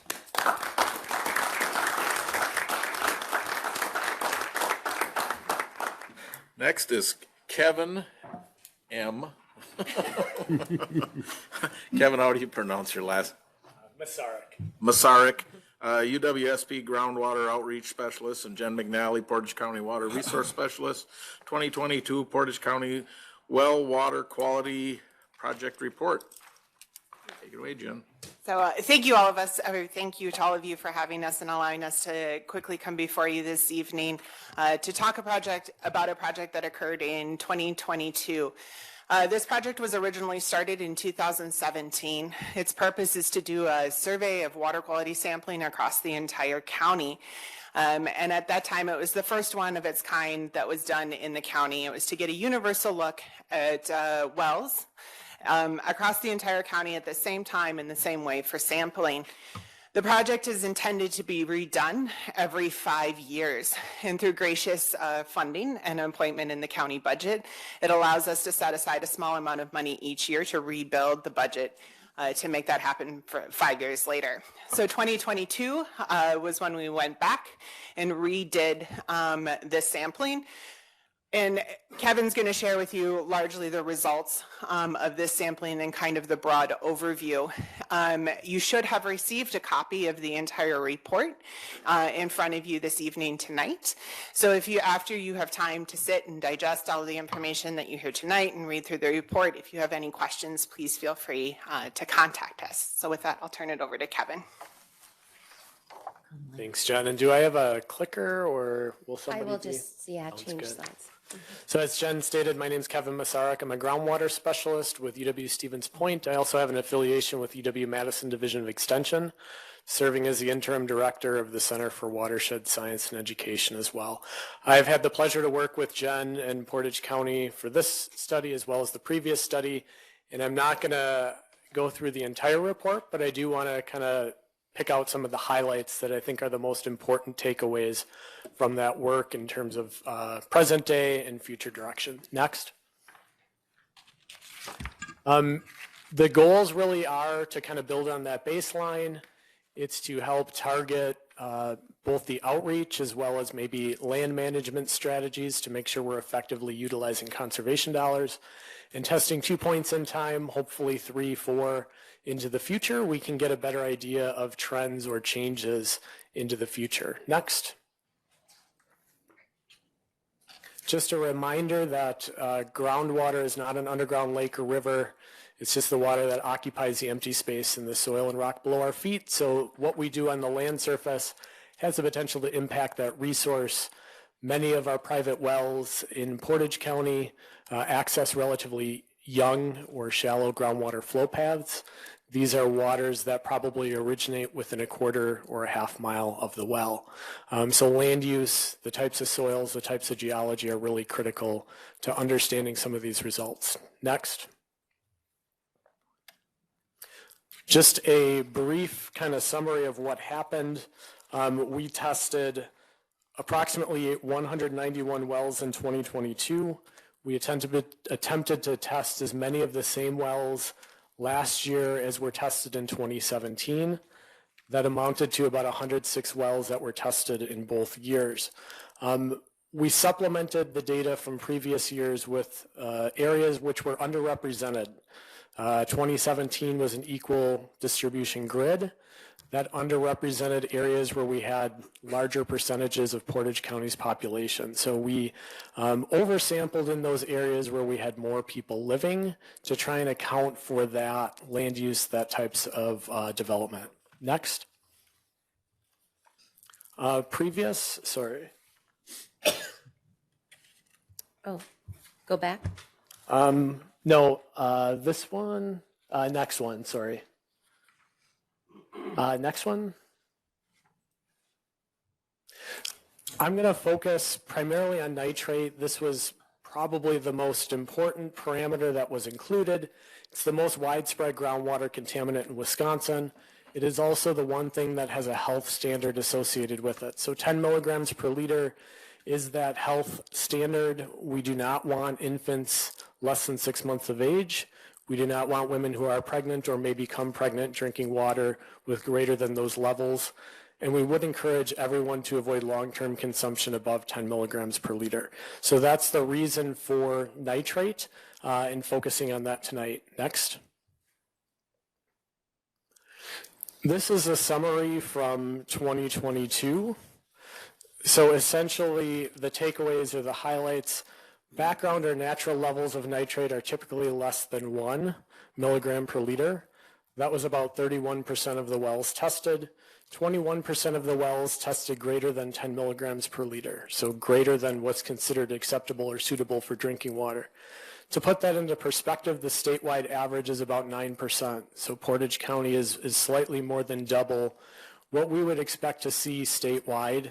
And what you'll see both in the data that are displayed as well as some of the maps in the report or other data available for Portage County is that it's not distributed equally across the county. So while the county average is 21%, there may be individual towns, individual areas where we might be closer to 50, 60% of wells in those regions that exceed the standard.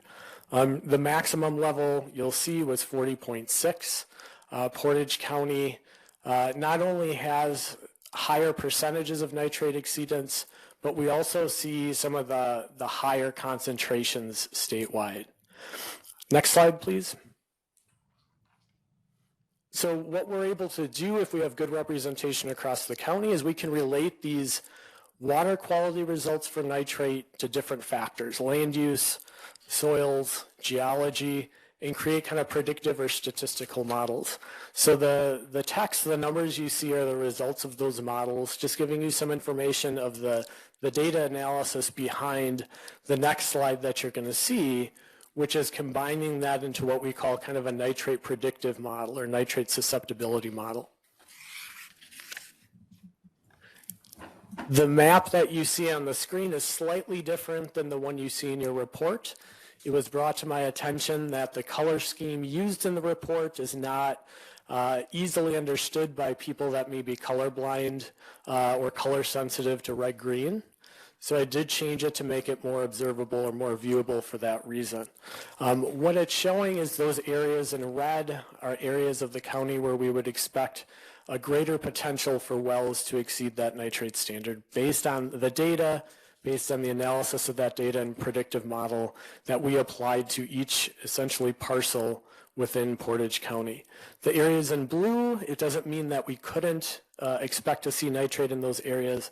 It just means it's not as likely based on the predictive factors that we included or determined to be significant for this particular question. Next slide. So the other question that we sought to seek out was, how does 2017 compare to 2022? Having 2 points in time essentially allows us to see what is the difference between those two periods. 2 points in time, I'd caution, does not institute or it does not necessarily say that this is a trend. We don't know what happened in between.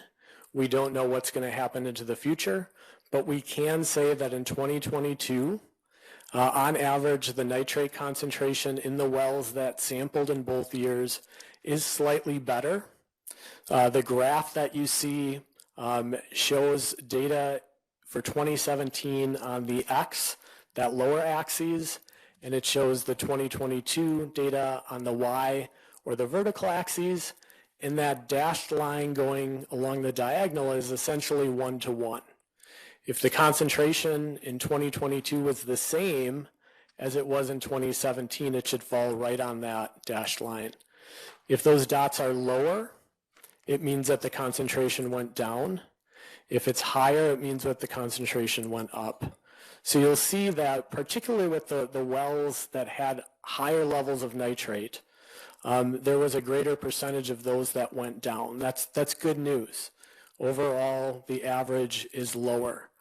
Overall, a larger number of wells went down than went up. Kind of a mixed bag, because if we look at how many wells were over 10 milligrams per liter in 2017 and were over 10 milligrams per liter in 2022, that number did not change as dramatically. So even though things got better, it doesn't necessarily indicate that all of those individuals now have safe water. So encouraging news, but more needs to be done, and more data is needed to say that this constitutes an actual trend downward. Next slide. So I kind of touched upon this. Does this represent a trend? Not necessarily. We don't know what happened in between. You really need at least 4 points in time to determine a significant trend. Possible explanations, I'm sure you're wondering, why would groundwater quality be different? It's possible that weather variability plays a role. Periods that are dry, periods that are wet may result in different levels of nitrate leaching losses. There's also the potential that changes in land use are contributing, and maybe that agricultural practices have gotten better, and maybe that's what we're seeing. We can't say that with 100% confidence unless we continue that work into the future. Next slide. So conclusions, Portage County has a robust baseline data set. We've seen some of that tonight. You have some of that information in your report. I'll also highlight the Wisconsin Well Water Quality Viewer, which aggregates nearly 17,000 well samples that were collected over the last couple of decades. And what you'll see, that screen capture in the upper right is a screen capture from the Well Water Viewer. The areas in red are higher nitrate levels. The areas in yellow are lower. The areas in white are areas where we don't have a lot of well testing data. But in general, that historical well water viewer data lines up really well with that predictive model. And we know a lot about Portage County groundwater in terms of where we would anticipate issues, what causes those issues. What we don't know is how that water quality is changing through time.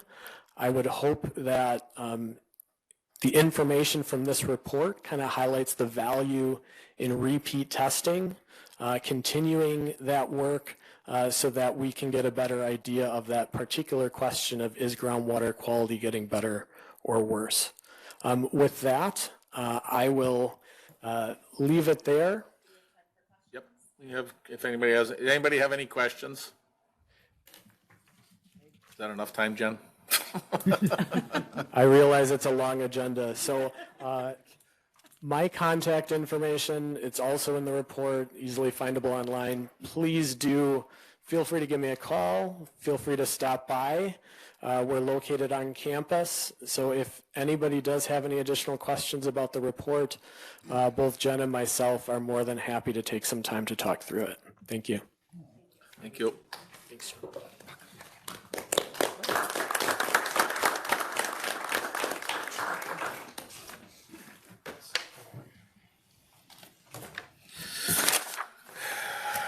County Board appointments, number 7, appointment of Mark Hemrich to fill District 3 County Board Supervisor vacancy for the remainder of the expired term, April 15th, 2024. Do you have to read anything? No. I'll take a motion. Motion by Supervisor Soik, seconded by Supervisor Barry Jakowski. Discussion. Supervisor Honnell. Yes, I was at the Executive Ops Committee, and I was really surprised, very surprised that the nomination, the vote, and the recommendation of Mr. Henrich took less than, well, a minute. And I have nothing against Mr. Henrich, but I do question the process that was followed. I was I was really interested in how this transpired, so I called each one of the 5 members individually, and I asked each one of them the same 3 questions to try to help me understand the process that was used to make this nomination. And the 3 questions that I asked, the first one was, what were the specific qualities of Mr. Hemrick that stood out? The second question, did the fact that 2 of the other applicants had been elected several times by District 3 voters, did it carry any weight in their decision? And 3, was the choice of Mr. Hemrick made individually or in consultation with other committee members? And again, it's the process that I'm having a lot of difficulty with, and I hope other supervisors will share. Regarding the first question, Supervisor Pataki's recommendation of Mr. Hemrick was very influential. The qualities noted, the number of years serving in law enforcement, that he knows the county very well. He's had 3 businesses, so he's going to understand business and financials. And his work as a foster parent was highly regarded. The second question, did the District 3 voters enter in? And it was a rather astounding no. It was stated that Mr. Hemrick was more skilled than the elected supervisors. And it's only for 9 months. And then there's an election.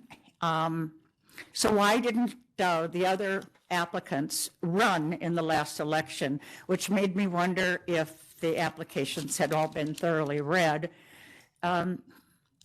The other applicants are contentious, and they have a history of voting opposite on all the issues that come before the 5 members on the Executive Ops Committee. The third question is that no one on the committee said that they talked with any other members, that they each individually decided how to vote by themselves.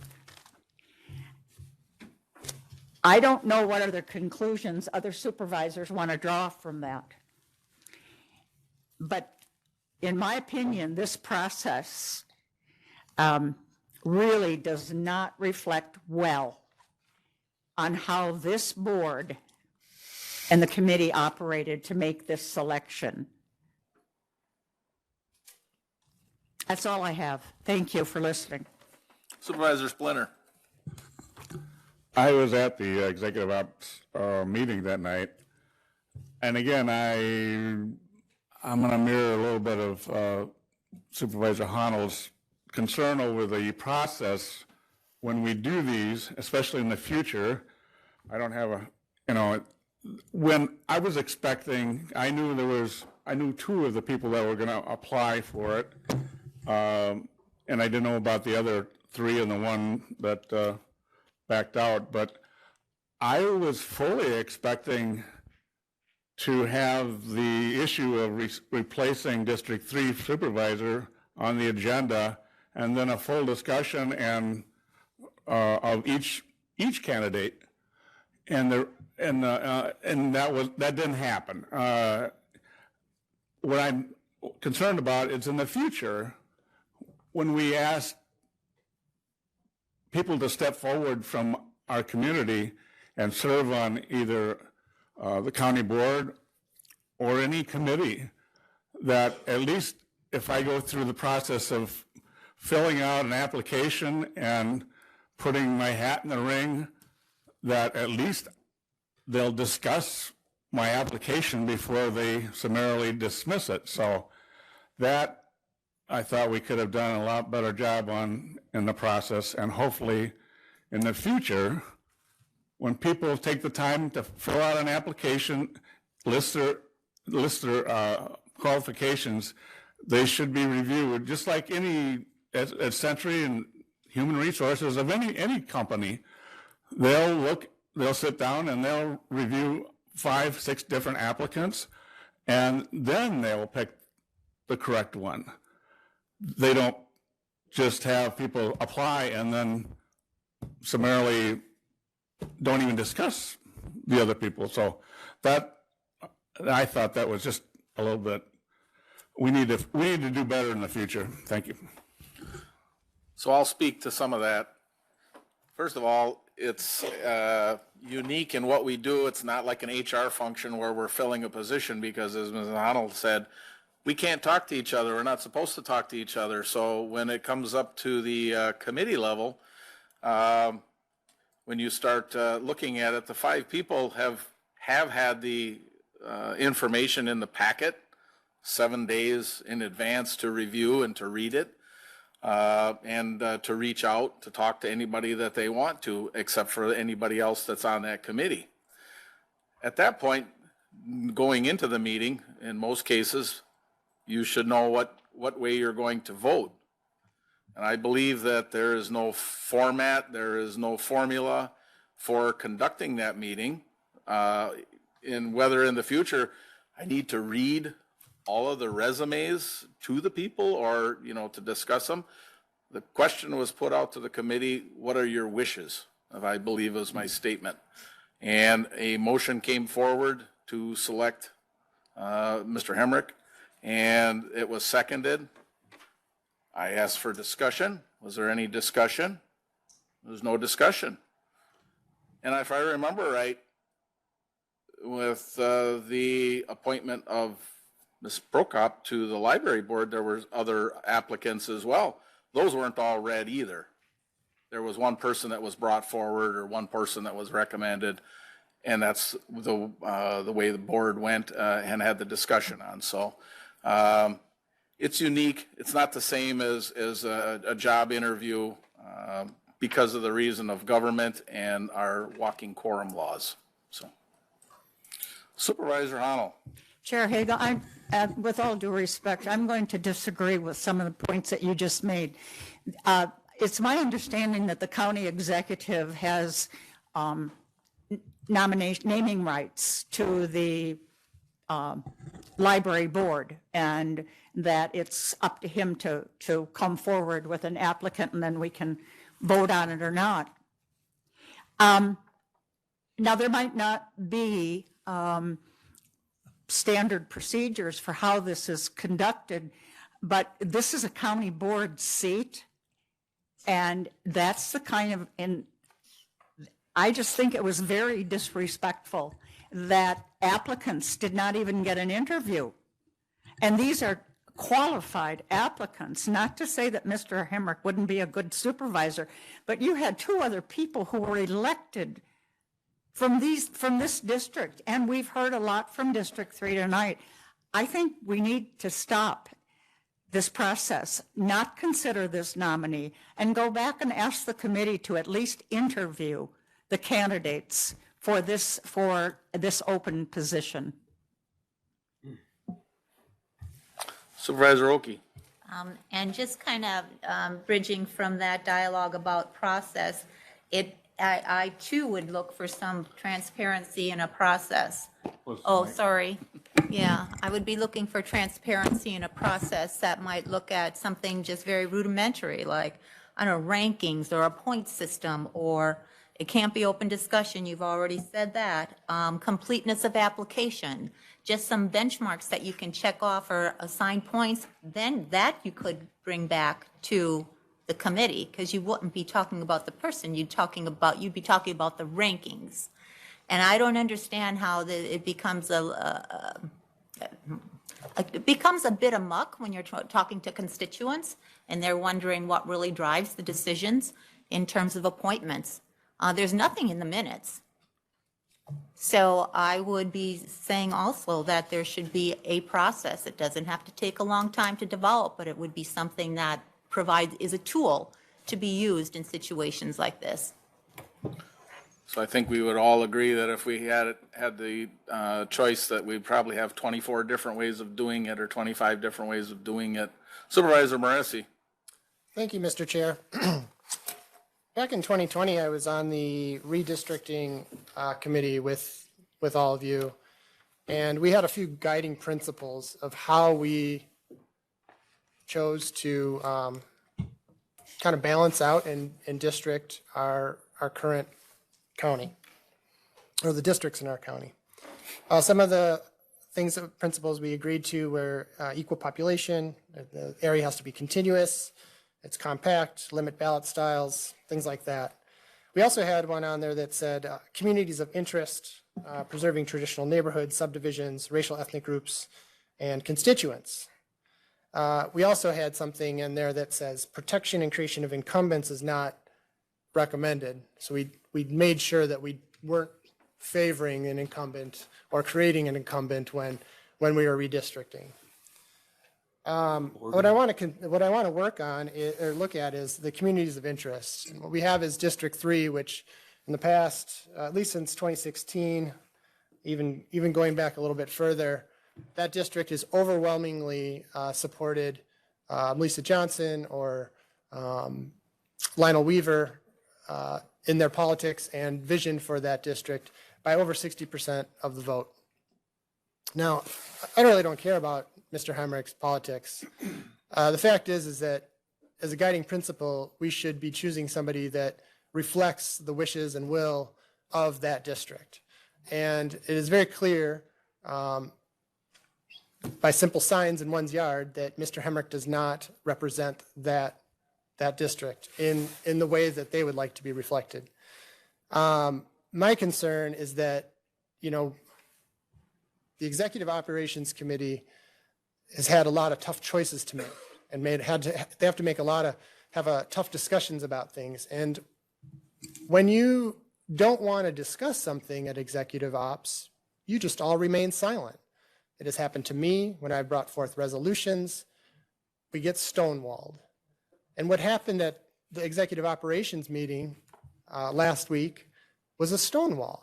You decided not to discuss it, to not give the due diligence and respect to former supervisors who are highly qualified and actually discuss their application. Even if you wanted to fake it, it would have been better to do that. Having a supervisor like Mildred Neville come in and express interest, and having a former supervisor like Melissa Johnson come in and express interest is of vital importance to District 3. If they are going to replace Supervisor Weaver's current appointments, and we selected Melissa Johnson, she would hit the ground running. She would serve on the Solid Waste Management Board, which she has over 20 years worth of experience on that as an industry professional, if not the industry professional in the state of Wisconsin. She would also serve on the Healthcare Center Committee, which she has led multiple successful referendums and could hit the ground running and providing even greater leadership to that committee and much needed help in moving things along forward. She would also serve on Judicial General Government Committee, which as the City Council President, she ran government with the current mayor. She understands the process. She understands procedure. She understands making very sound and good policy for our county, even though we may not all agree with it. But she knows how to do it in an effective way that is respectful and true to good governance in our community. I'm very disheartened that Executive Operations Committee couldn't be burdened with more than 1 minute of time to have this discussion and actually look at this in a fruitful way. But instead of choosing to make good policy, they choose to gerrymander a district, right? You're picking a politician for the representatives. Whereas when we are running government, voters are supposed to choose their elected representative. And right now you have deliberately chose the absolute opposite political style appointee than this district actually wants. And it is an absolute shame that this committee does not see that or acknowledge it or do something willingly to do the right thing for the citizens of District 3. Thank you. Anybody else? Supervisor Pataki. Mr. Chairman, I'm sorry, we're having trouble again. I will slow down my speech so you may understand. When I ran for sheriff in 96, I ran on a Democratic ticket and I was appointed. or voted on. When I interviewed people to be deputies, I did not ask them if they were a Democrat or a Republican, which should be no matter whether they get appointed or not. The reason I made a nomination to appoint Mr. Hemmer, reasons for that are he's the only applicant that has lived in Portage County for 60 years. He also was a foster parent, him and his wife, foster parents for 40 years. Can you hear me? Hello? Yes, we can hear you. Okay. He also, him and his wife also were small business owners operating 3 retail stores in Stevens Point. So when you look at somebody who knows the problems of the business people downtown, it would be him, all right? He also served 34 years in law enforcement. He served as the emergency government director for a period of time. Now, I heard one of the people talk about the district being blue. All right. The county board is the nonpartisan. In the 17 years that I have served on a board, I do not remember an issue that was voted on that was a Democratic or Republican issue. In our districts that we represent, there live Democrats and Republicans. When I received a call from one of my constituents on the issue, I don't ask them if they are Democrat or Republican. This should never be an issue. It would be interesting to know how many of us on this board know whether our district is red or blue. Thank you.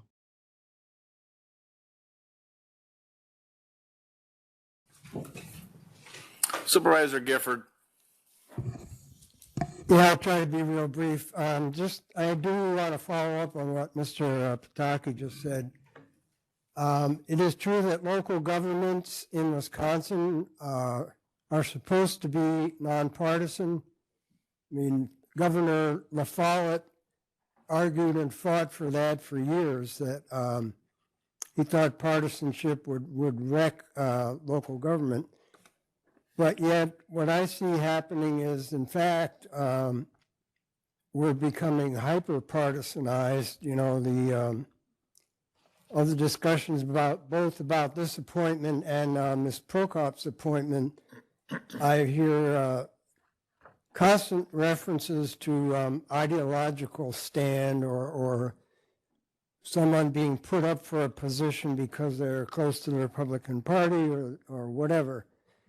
And I say this from a point of view of being adamantly nonpartisan, or I would even say anti-partisan, ever since I've never been a Democrat nor a Republican, and I resigned from the Green Party office I had in 2016. And as regards ideology, I also think that you cannot govern at any level with ideology. What you need is what's being called evidence-based policymaking. You need to approach all problems from systems thinking, use the scientific method, gather evidence, gather data, and then make your policy. So whether or not the current appointee can do that, I don't really know. But as far as the person being opposite from the politics of that district, in 9 months, the voters can decide on that. But to get to Jones, Supervisor Honnold's position about process, I do think that everybody in leadership in these committees should think more about that process. Does it seem transparent? Does it seem democratic? Does it seem ethical? Is it based on the things I just mentioned? Systems thinking, looking at problems unideologically. In fact, I'd say in my old age, I'm becoming anti-ideological. I think it has no place in running our society. So I guess I'll shut up now. Thanks. Supervisor Keller. Thank you. I'll try to make this brief. First, I'll ask a question of the chair. When this appointment was made, were the rules followed? As far as rules, that's an open-ended question. I don't know how to answer that. Okay, and that's fine. It could have gone rhetorically, I guess. The statement I would like to make is this. I'd like everyone just to consider for a minute that it's March 5th, 2022, and Eric Olson won the executive seat by 7 votes. And then a couple weeks later, when we had our first board meeting after that election, and Vinnie Morassi was elected chair. And then imagine instead of District 3, Lionel Weaver leaving, imagine instead maybe it's that outspoken conservative from District 14, Pat Keller gets transferred, and now we're going to replace him. Who do you think is going to be put on the board at that point? And who is going to argue the fact? Thank you. Anybody else have any comments? All right. If there's no further comments.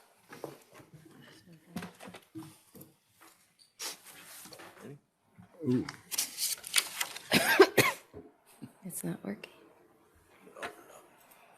We voting?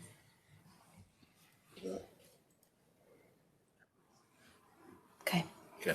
All those in favor, say, vote yes, and opposed, no. Supervisor Pataki? Aye. Supervisor Hakala?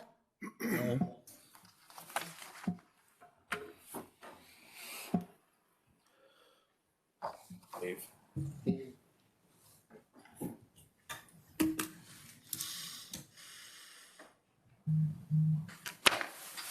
Get your battery out. There it is finally. Motion carries 13-10.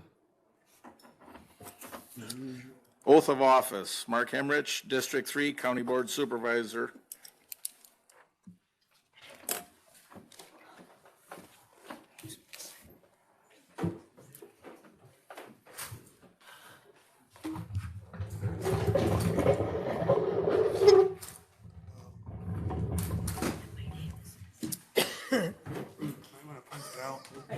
Point of order.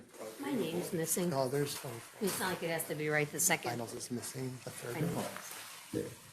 It says 24. Who's missing? I don't know. Should be 24. I don't know who. Have a chair. Sorry. Julie. I mean, Hold on 1 second. we're missing a vote. That's an incorrect vote. Maria will come down. Where do you see who's? Julie's missing it. Yeah. Oh, in between. Just add her.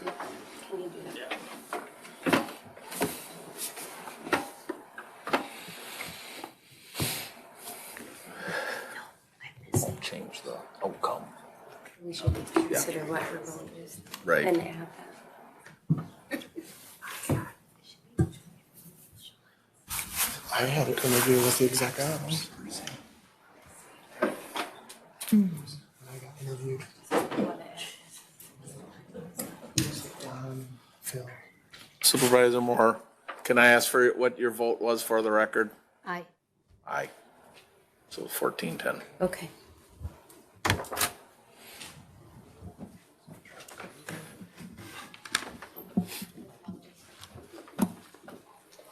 If you can raise your right hand. And still you get voted.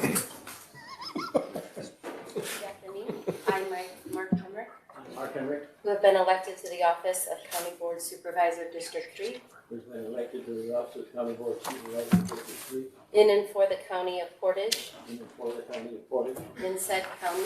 in said county, But not yet entered upon the duties thereof. but not yet entered upon the duties thereof. Swear that I will support the Constitution of the United States and that I will support the Constitution of the United States and the Constitution of the State of Wisconsin, and the Constitution of the State of Wisconsin, and will faithfully discharge the duties of said office and will faithfully discharge the duties of said office to the best of my ability. to the best of my ability. So help me God. So help me God. Congratulations.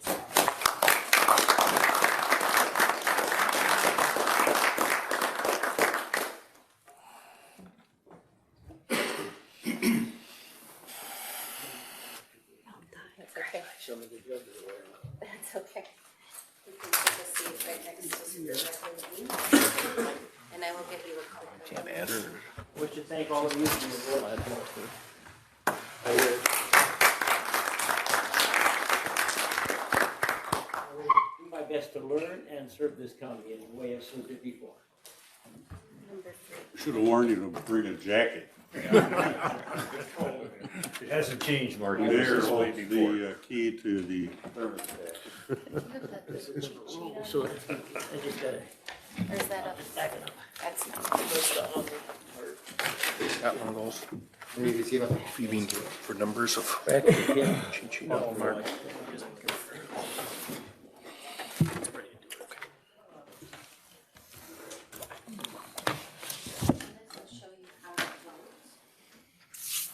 One is yes, 2 is red. I'll probably vote on staying because I know nothing about the issues and I wouldn't be fair.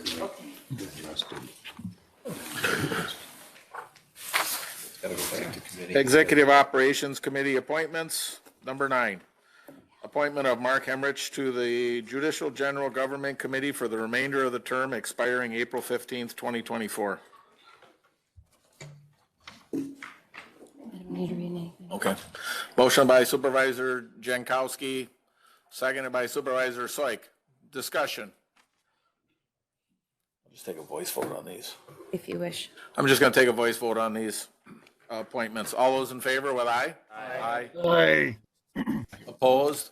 Aye. Nay. Nay. Maura was a nay. Joan was Joan. Oh, Joan's a nay. I'm sorry. Number 10, appointment of Mark Hemrich to the Healthcare Center Committee for the remainder of the term expiring April 15th, 2024. So move. Motion by Supervisor Barry Jakowski, seconded by Supervisor Soik. Discussion. All those in favor with aye? Aye. Aye. Opposed? Joan. Get that? Mr. Chair, if I may, I don't believe we can vote on 11 because, So I'm getting to that. thank you. So, number 11 is appointment of Mark Hemrich to the Land and Water Conservation Committee for the remainder of the term expiring April 15, 2024. I'm looking to send this, motion to send this back to committee. The reason being that that has to be an appointment from the solid waste to that. And that is an executive appointment to solid waste, not an executive operations, so it was not on this agenda, and therefore it was missed. So I will take a motion to send this back to committee. Motion by Supervisor Rakowski, seconded by Supervisor Jankowski. If there's any discussion, this is to send it back to committee. All those in favor with aye? Aye. Aye. Opposed? Motion carries. Number 12, approval of May 16th, 2023 minutes. Motion by Supervisor Dubek, seconded by Supervisor Keller. Discussion, corrections, changes? All those in favor with aye? Aye. Aye. Opposed? Motion carries. Confirmation of County Executive Committee appointments and reappointments. Number 13, appointment of Carrie Prokop to the Public Library Board for a 3-year term expiring January 31st, 2026. Motion by Supervisor Keller. Seconded by Supervisor Barry Jakowski. Discussion. Supervisor Moresi. This is just another point of order. I don't think we can actually vote on this either, since according to Portage County Ordinance 3.1 C.2, all county executive appointments are subject to confirmation by Exec Ops Committee and the Portage County Board. And since you sent it here without recommendation, you have not confirmed that appointment. So I believe that you have to take this back to committee, confirm this, rather than send it without recommendation before it can be passed on to us. Supervisor, Corp Counsel Hickether. So there, under our Code of Ordinances, 3.1.c, talk about appointments. That also starts out saying, unless otherwise specified by state statute, ordinance, or agreement by the County Board of Supervisors, the vacancies are filled by as follows: 1, Executive Operations Committee, and then 2, the county executive appointments. So I would say that the section that Supervisor Moresi read is correct, that it's my understanding the executive operations didn't take formal action to approve, to confirm the county executive appointments in this case. So based on that, the board could consider referring it back to committee for specific confirmation.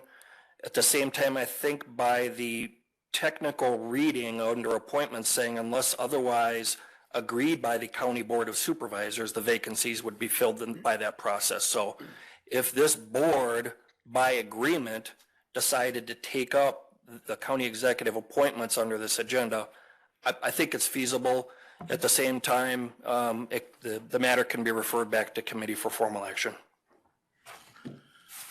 Supervisor Moresi. I guess we can start that 5 minutes now. I want to ask why you decided to forward it without recommendation, seeing how we are the check and balance. Actually, you are the check and balance for the executive's appointments at first, and then ultimately the county board as a whole is the check and balance to the executive appointments. So forwarding this without any recommendation at all just kind of lets it kind of flounder in the air, and it's kind of devoid of responsibility. So why would the Executive Operations Committee forward this without a recommendation, rather than say, hello, Mr. Executive, we rejected you once before. The voters of Portage County has rejected Ms. Prokop very decisively once before. And we don't want this kind of controversy on our board. We have business to do. We have things to take care of. Do we want to worry about having a meeting already running 2 hours and 10 minutes because of controversial actions by the Executive Operations Committee? Or do we want to conduct business in a timely and concise manner as possible? Those are my questions. I am seriously concerned about the county executive's intent with all of this. I'm concerned about his motivation behind all of this. I've talked with other rejected appointees in the interview process that they've had with the county executive and for our diversity committee, and he asked questions like, was Ketanji Brown Jackson an affirmative action appointment to one of our African-American citizen members on the diversity committee? He asked her if she would allow LGBTQ pride information to be displayed on a library like bulletin board. Point of order. These are the intentions that I'm worried about with our county executive, because he seems more concerned about culture wars than actually governing and being a good administrator for our county. So this is my concern is, are we going to start the culture wars here in Portage County? Or are we going to govern and do by good of the citizens of Portage County? Supervisor Barry Jakowski, you had your hand up.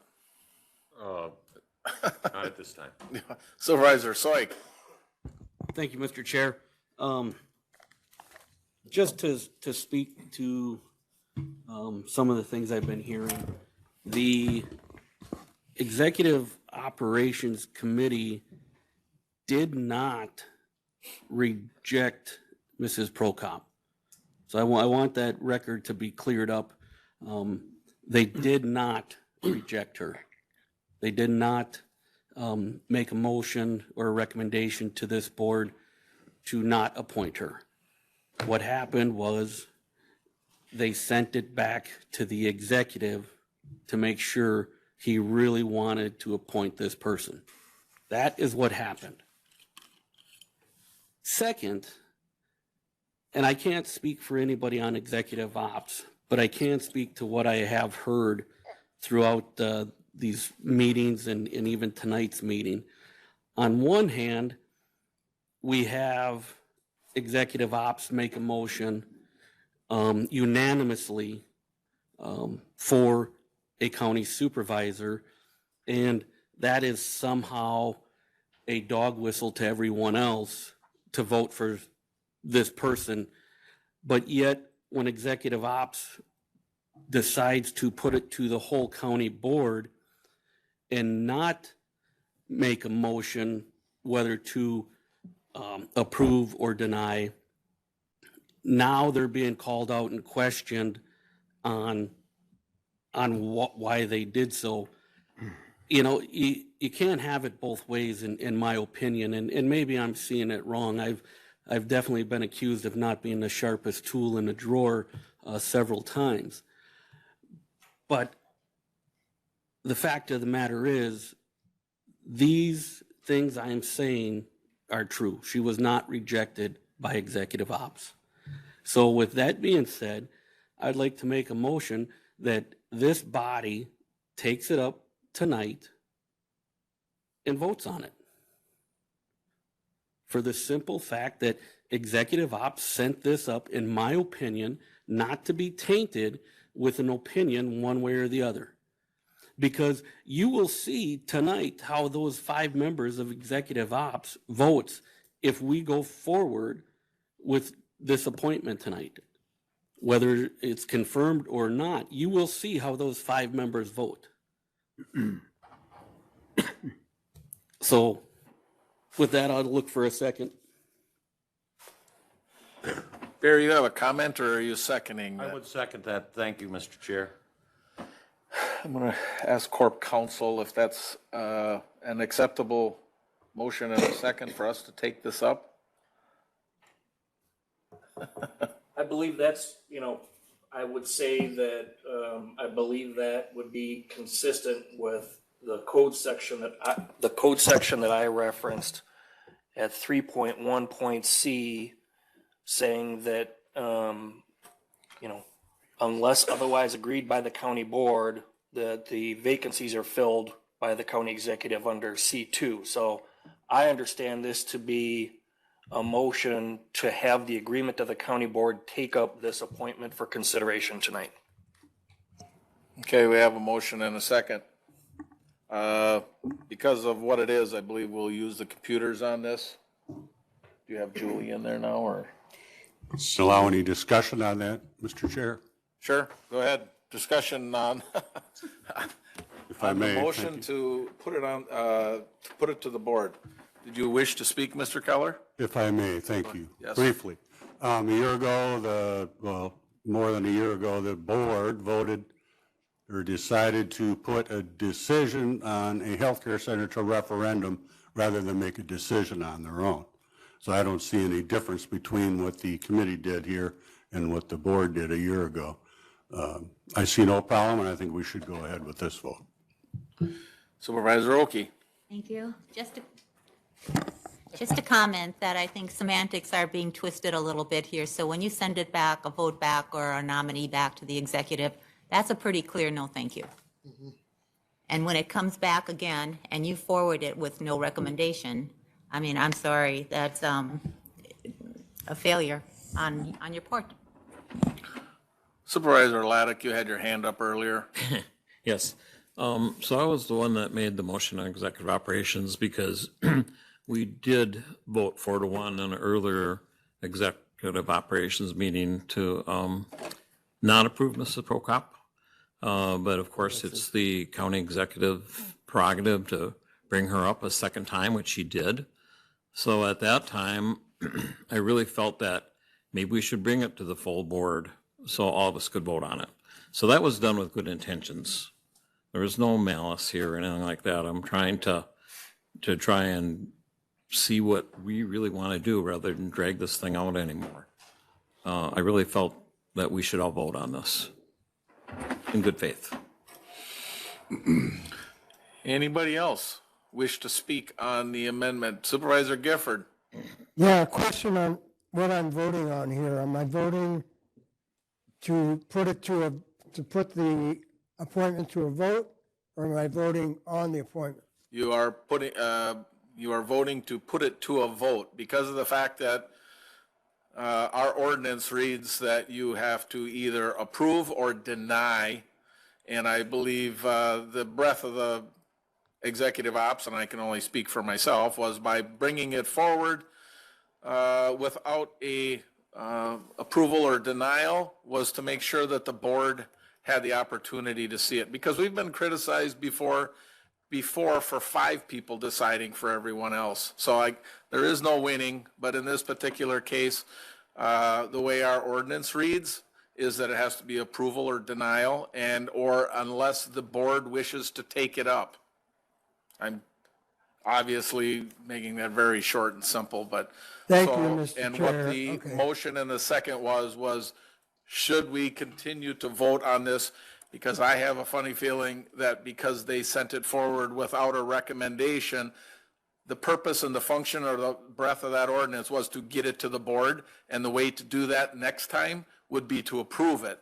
So I don't know if sending it back would necessarily gain anything. Supervisor Moresi. Thank you, Mr. Chair. Using your own logic, if we are going to vote on this tonight and you wanted us to do our due diligence to vote on the appropriate candidate for the Portage County Library Board, we would have had to known every other candidate that applied.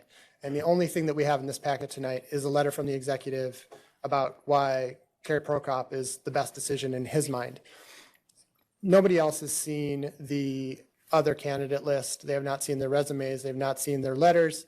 The only people who have been involved with that are the few of us that did show up to executive operations. So in order for us to do our due diligence and actually make an educated decision tonight as an entire county board, we need to know all of those candidates and be able to choose from better suited and less controversial candidates. We do not need controversy in Portage County government. We have enough on our plate right now than to deal with something like this. So I would urge you to take it back, give us all the candidates possible, and we can all look at that and make an educated decision.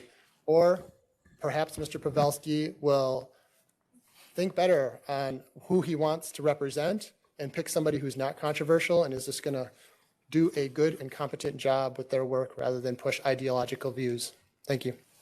No, thank you, Mr. Chair. I do not want to take my motion back. So all the nominations were in the packet for executive ops when Mr. Pavelski had made them originally. One person came to the top, and that was Mrs. Prokop, and therefore that's why that's the only one that's in this packet. Is that correct? Yeah. Somebody else? Supervisor Shabilsky. I just have a question for council. No law education here, but the way I read that ordinance, starting with unless otherwise determined by county board, this is the process. Can you speak to whether we would have to have made that agreement before the process started, or if we can do it after the process? It's my understanding that's what the motion is, being considered by the board. To take it up tonight, to take up the vote tonight. But regardless, the ordinance, do you interpret that to say that the process can be agreed to change after it has started?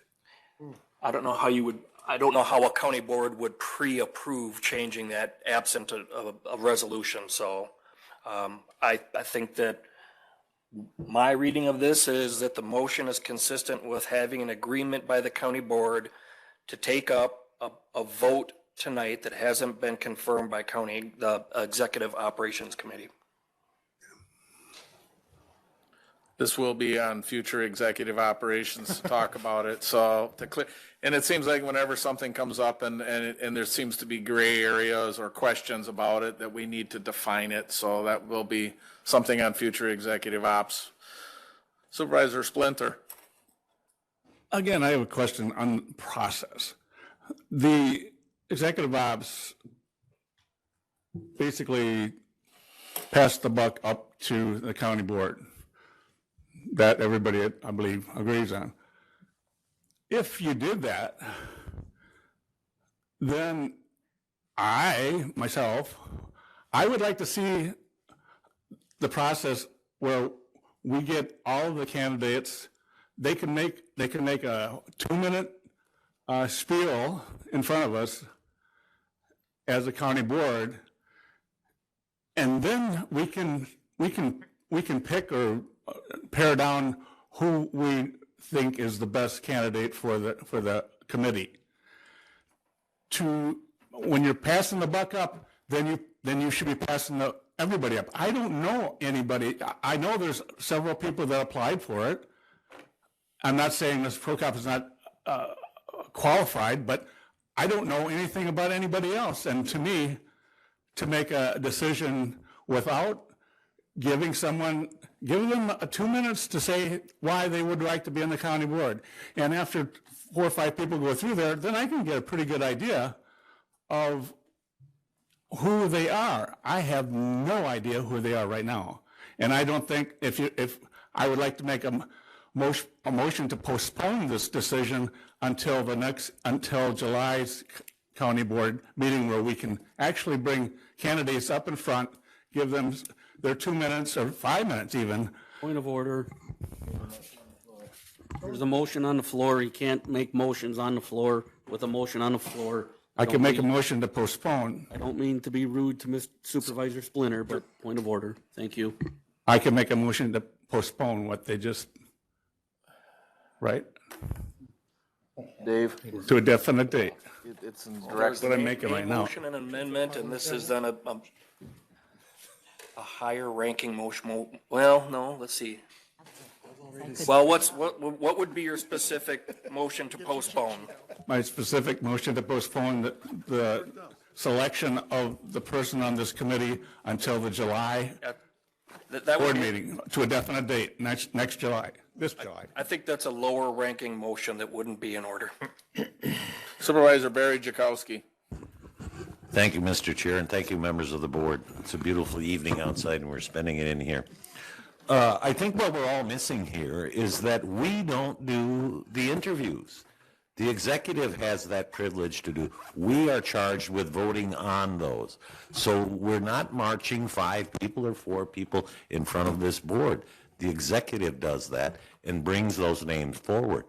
We are missing the point that we don't do the interviews, and we're not getting anybody 2 minutes up here because we just are not charged with that. Supervisor Matt Jakowski. Thank you, Mr. Chair. It doesn't matter whether Mr. or Supervisor Splinter's motion is valid or not. If we take the vote on this, if it ends up no, not to bring it up tonight, it has to go back. So let's take the vote and move on. Any other comments? 1 Supervisor minute. Baresi. I think I got my 1 minute left.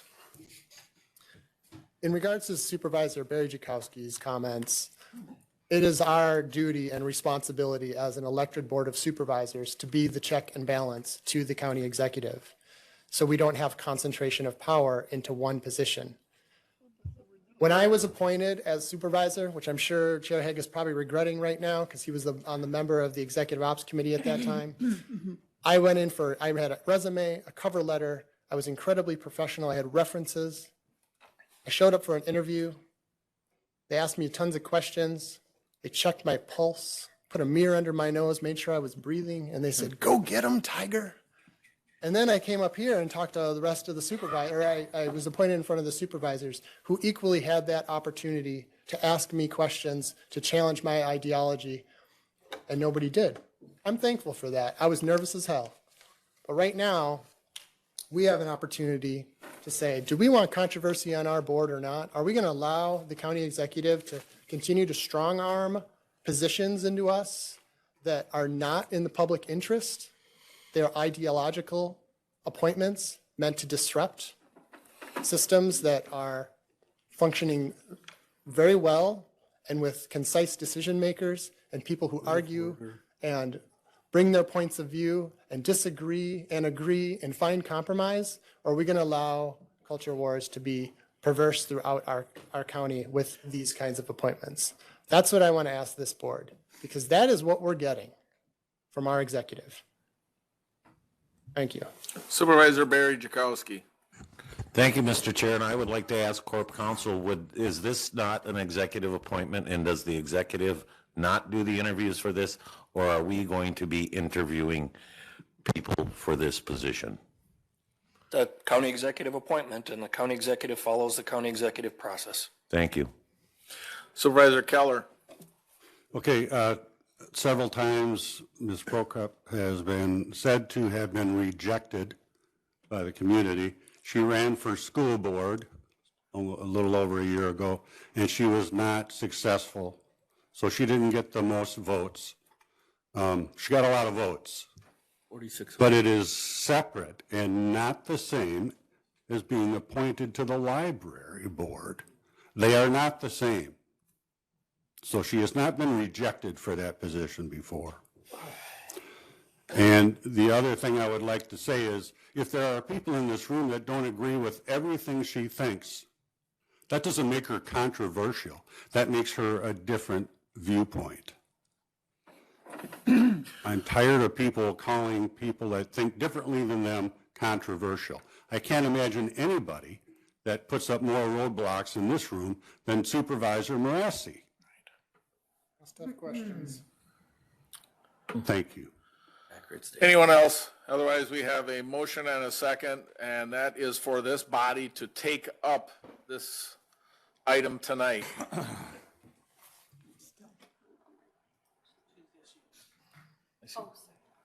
You good to go?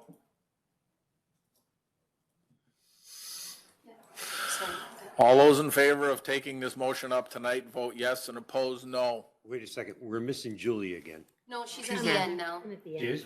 Number 5. We didn't forget her. Oh, at the end, okay. Okay, that's where okay, sorry. Supervisor Pataki? Aye. Supervisor Hakala? Aye.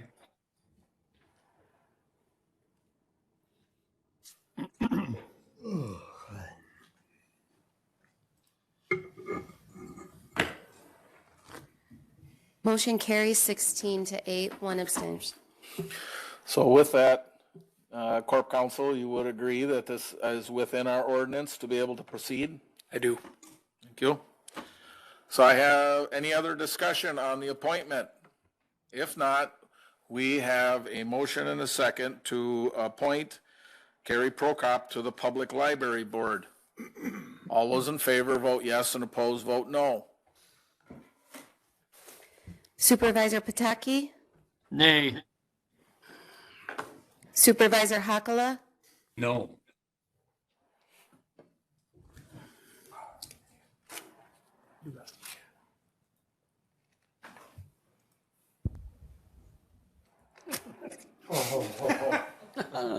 That's a no vote. Yeah. That's no. No, it's Motion motion, fails. motion wins. Fails. The 12, The tie. It's 12 to oh, 12. I'm sorry, glasses aren't working. All of that, and we ended up with a tie. You abstained? Is everybody on there? Yeah, because it totals 25. Why is Mark Hamrick absent? Oh, okay. Okay. Okay. All right. Motion fails because of the tie, right? Correct. Okay. Next item, number 14, appointment of Brandon Taylor to the Board of Adjustment for a 3-year term expiring June 30th, 2026. Take a motion from Supervisor Dubak, seconded by Supervisor Syke. Discussion. All those in favor with aye? Aye. Aye. Opposed? Motion carries. Number 15, we're almost halfway, folks. Appointment of Don Batowski to the Parks Commission for a 7-year term expiring June 30th, 2030. Motion by Supervisor Pataki, seconded by Supervisor Barry Jakowski. Discussion. All those in favor are aye? Aye. Aye. Opposed? Motion carries. Number 16, reappointment of James Garby to the Board of Adjustment for a 3-year term expiring June 30th, 2026. Motion by Supervisor Barry Jakowski, seconded by Supervisor Soik. Discussion. All those in favor with aye? Aye. Aye. Opposed? Motion carries. Number 17, reappointment of Dennis Mice to the Board of Adjustment for a 3-year term expiring June 30th, 2026. Motion by Supervisor Rockman, seconded by Supervisor Laddick. Discussion. All those in favor with aye? Aye. Opposed? Motion carried. Resolutions and ordinances. Number 18, Portage County Zoning Ordinance Map Amendment. Wagler. This is resolution number 119-2022-2024 submitted by the Planning and Zoning Committee. Motion by Supervisor Rakowski, seconded by Supervisor Barry Jakowski. Discussion. All those in favor with aye? Aye. Aye. Opposed? Motion carries. Number 19, Town of Sharon Comprehensive Plan Amendment and Portage County Zoning Ordinance Map Amendment, various properties. This is resolution 120-2022-2024 submitted by the Planning and Zoning Committee. Motion by Supervisor Dodge, seconded by Supervisor Splinter. Discussion. All those in favor with aye? Aye. Aye. Opposed? Motion carries. Number 20, Town of Hall Comprehensive Plan Amendment, Portage County Zoning Ordinance Map Amendment, Nowak Properties. This is resolution 121-2022-2024 submitted by the Planning and Zoning Committee. Motion by Supervisor Morrow, seconded by Supervisor Splinter. Discussion. All those in favor with aye? Aye. Aye. Opposed? Motion carries. Number 21, appointing and enacting revision to the Portage County Code of Ordinance, Section 7.9, Private Sewage System Ordinance. This is resolution 122-2022-2024 submitted by the Planning and Zoning Committee. Motion by Supervisor Sislevich, seconded by Supervisor Morrow. Discussion. Supervisor Moresi. Thank you, Mr. Chair. I just have a question on the modified Scrivener's errors. It's just punctuation, spelling, no meaning changes in anything, because I inadvertently read the entire one in the packet, and then I turned to this and I was like, oh no. So no meaning changed. I was informed that it was just commas put in place and then changes of 2 words.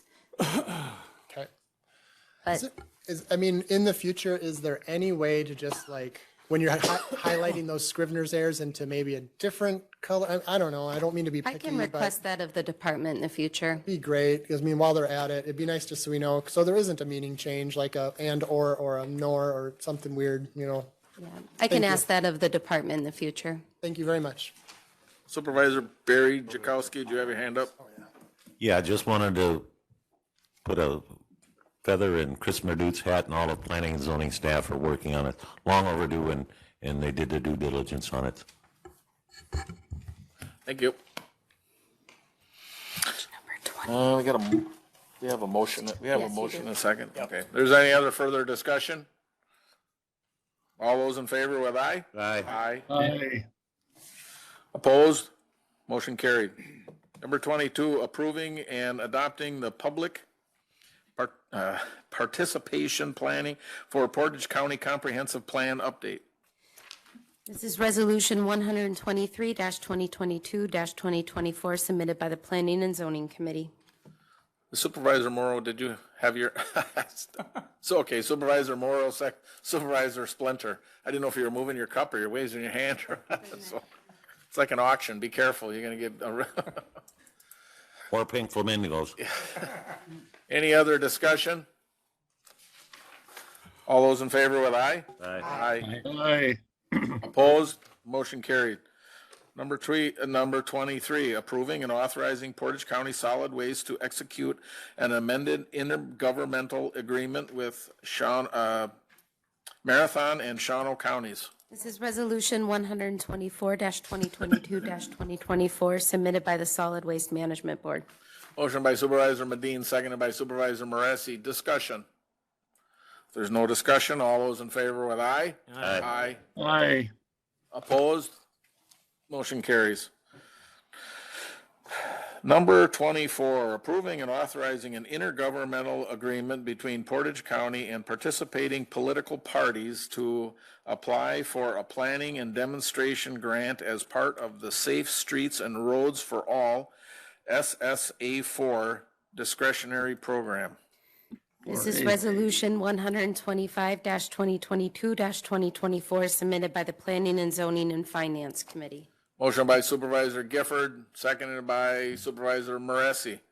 One of the things in this one is it calls political parties. I wish it would have said municipalities because that is probably more correct, but. Spelled wrong too, you know. No, I didn't know that. So, anybody else have any comments? All those in favor with aye? Aye. Aye. Opposed? Motion carries. One opposed. Did you get that, Supervisor Sykes? Yeah. Opposed? Okay. Number 25, approving and authorizing broadband equity access and development planning grant and memorandum of understanding with Synergy Broadband Alliance and work agreement with the North Central Wisconsin Regional Planning Commission for the BEAD grant. This is Resolution 126-2022-2024 submitted by the Finance Committee. Motion by Supervisor Rakowski, seconded by Supervisor Dodge. Discussion. Supervisor Moresi. Just want to thank staff for looking into this. I had forwarded it their way and went back and forth with a bunch and the exec on how to make it happen. And I'm glad that everybody agreed and we got it and we can get broadband out to our rural communities where it's needed, so people can be innovators and entrepreneurs and educators and continue to do the good work that's coming from rural communities and bringing it out to the world. Thank you. Did we vote? We have a motion. We missed one. Did we vote on this? You have a motion and a second. No vote. All right. So there's no other discussion. All those in favor of aye? Aye. Opposed? Motion carries. Number 26, authorizing state and local fiscal recovery fund programs projects.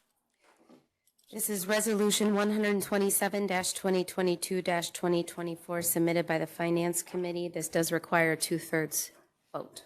Motion by Supervisor Laddick, seconded by Supervisor Rockman. Discussion.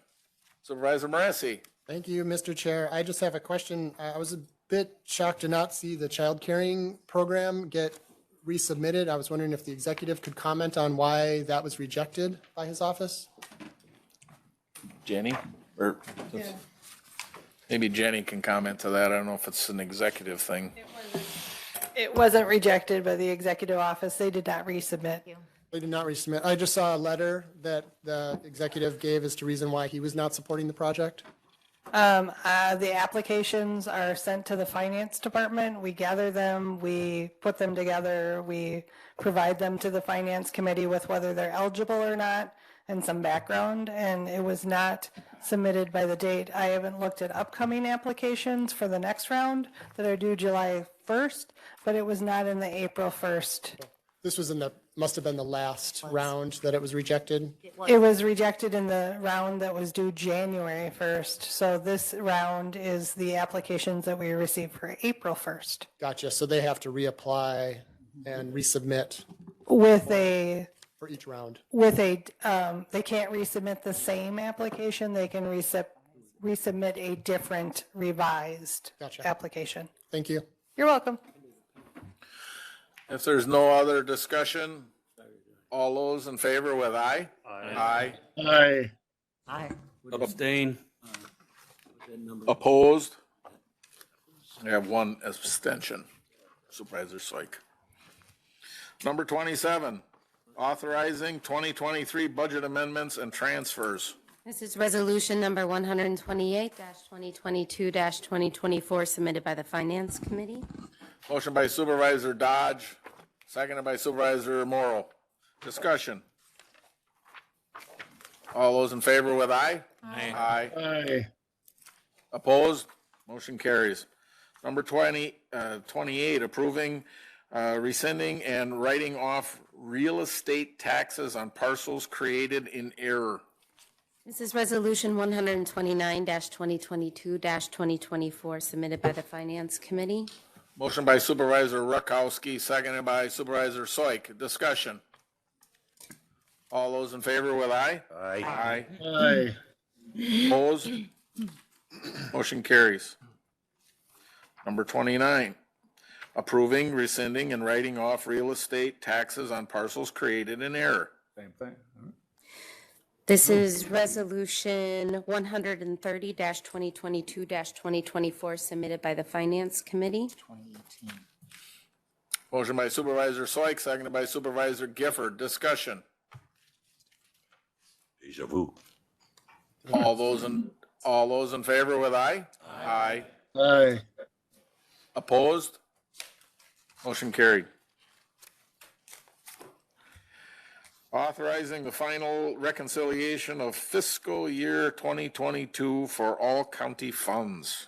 This is Resolution 131-2022-2024, submitted by the Finance Committee. This does require a 2/3 vote. Motion by Supervisor Sislevich, seconded by Supervisor Dubek. Discussion. All those in favor with aye? Aye. Aye. Opposed? Motion carries. Number 31, resolution awarding the sale of $5,930,000 general obligation promissory notes series 2023A. This is Resolution 132-2022-2024, submitted by the Finance Committee. This does require a 3/4 vote. Motion by Supervisor Laddick, seconded by Supervisor Rakowski. Discussion. Supervisor Keller. If you wouldn't mind, if Director Joji can explain to me why one is offered as a tax exempt and one is not. The tax exempt is for the wetland mitigation project, and the reason,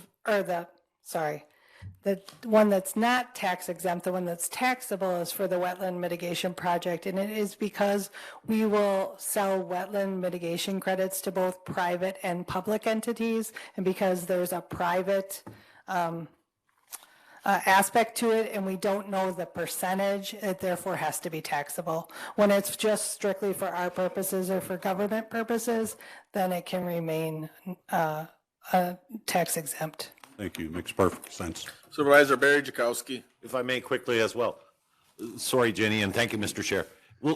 Will there be tax exempt for the ones that are municipal in nature or public in nature, or does it all have to be that way? The bond itself is either taxable or non-taxable, and because we don't know what the private sales will be and there's no way for us to estimate it, that is the safest route. Okay, thank you. I have Kristen Hansen from PFM there, the county's financial advisor. As you're aware, the resolution in your packet today is the resolution in form, but it doesn't have interest rates, it doesn't have dollar amounts. That's because the sale of these was today at 10 o'clock in the morning. That process has happened, and we have Kristen online who's going to walk us through how today's sale went. So I will turn it over to her if the chair is okay with that.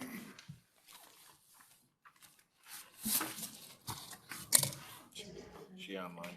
She's online. This is Kristen. Can you hear me? Yep. Yes. All right. So if you move to page 2 of the PowerPoint, as you noted, there are two different notes. The 2023 A notes are the tax exempt notes to finance the highway project. Back at your board meeting on May 2nd, you authorized the issuance of the $5,930,000 of the GO promissory notes. They're notes because they're less than 10 years. These are in fact only 3 years. And we took bids at 10 o'clock today, and we received 6 bids, and you can see the bids here on the screen. The best or lowest cost to the county was BOK Financial Securities out of Dallas, Texas. And you can see you had bidding from all around the country. So you received 3 bids. The true interest cost rate is the rate by which you award the sale of the notes, and that rate was 3.162293. And the last time you were in the market was in 2020, and as you've all been watching, interest rates have been going up. The feds did indicate that they were going to put a pause on raising interest rates. There was another community in Wisconsin that sold today, and your rates were better. They actually sold bank qualified paper. So good market conditions in the tax exempt space. Nice to see 6 bids, and you can see the first and second place bid were a difference of less than 0.03%, which means there was interest in these notes. And the resolution that has been completed by Quarles and Brady, your bond counsel, we provide all that information to them, would award the sale to BOK Financial Securities. If you want to flip to the next slide, I will talk about the taxable rates and the taxable notes. You passed the resolution for the $1,490,000 of taxable GO promissory notes, and you had asked Jennifer about why they're taxable, and that is because of that private revenue component that they may be purchased by private entities. We do run this by your bond counsel to determine which is the kind of the most appropriate strategy. So this has been vetted by Quarles and Brady. So at the same time at 10 o'clock, we took bids. You received 4 bids on the taxable notes, and Baird out of Milwaukee was the winning underwriter with a true interest cost rate of 5.06. These are also 3-year terms, and there is a difference, obviously, you can see between tax exempt and taxable rates. And so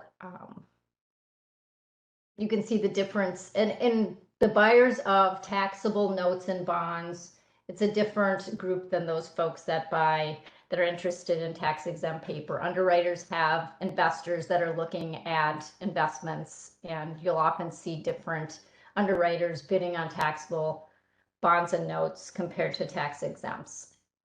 And Quarles and Brady has completed that resolution that had blanks in it with all of the appropriate information, and that resolution would award the sale of the 2023 notes to Robert W. Baird. The next 2 slides basically show what your debt currently was prior to the issuance of these. You only have 2 sets of notes outstanding, the 2019s and the 2020s. You have made the June payments for 2023, so you have about $2.5 million outstanding that gets paid off in 2024. So these new notes were structured kind of around the existing debt, so you can see in the next slide what that looks like. So you can see we've added the 2023 A's and B's, and so you can see that for 2024 and 2025, you're looking at kind of a level levy supported debt service of about just under 4.4 million. And then in planning for future borrowings for your highway projects, there's a step down in 2026. And happy to answer any questions. The last slide just shows what has happened to bring you to the sale to date, the calendar of the financing. Jen? So just to add, one thing just to note so that you're aware, the county did go through a rating process with S&P, and our rating remained AA stable. So that was positive. And part of that process is also too talking about future kind of debt issuance that the county might be planning for. And we've always included in that process the discussion about potential government facilities in our future, because that's been a long-standing conversation within the county as well. So those are things that we do share when we have that conversation. And just a clarification, and Kristen's going to correct me if I'm wrong, but since the resolution, and I think it's the first paragraph of the resolutions, they say that you adopted the initial intent resolution by 3/4 vote in a previous meeting. Tonight's vote would be a simple majority. That is correct. Okay. Thank you. Supervisor Keller? If one of the two wouldn't mind just repeating the interest rate on the 2023B loan. Kristen, can you do that, please? Since you have it in front of you. 5.065. It was 5.065? 65, yes, the taxable rate. Thank you. All right. If there's no other discussion, we have a motion and a second. All those in favor with aye? Aye. Aye. Opposed? Motion carries.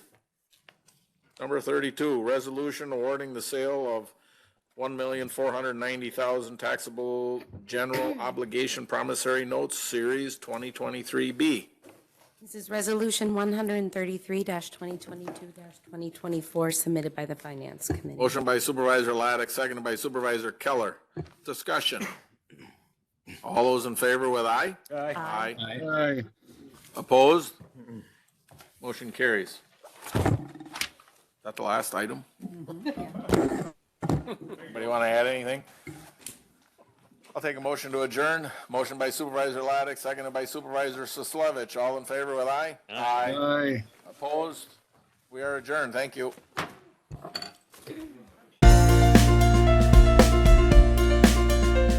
A video of this meeting is available for viewing on the city's website, stevenspoint.com/videos.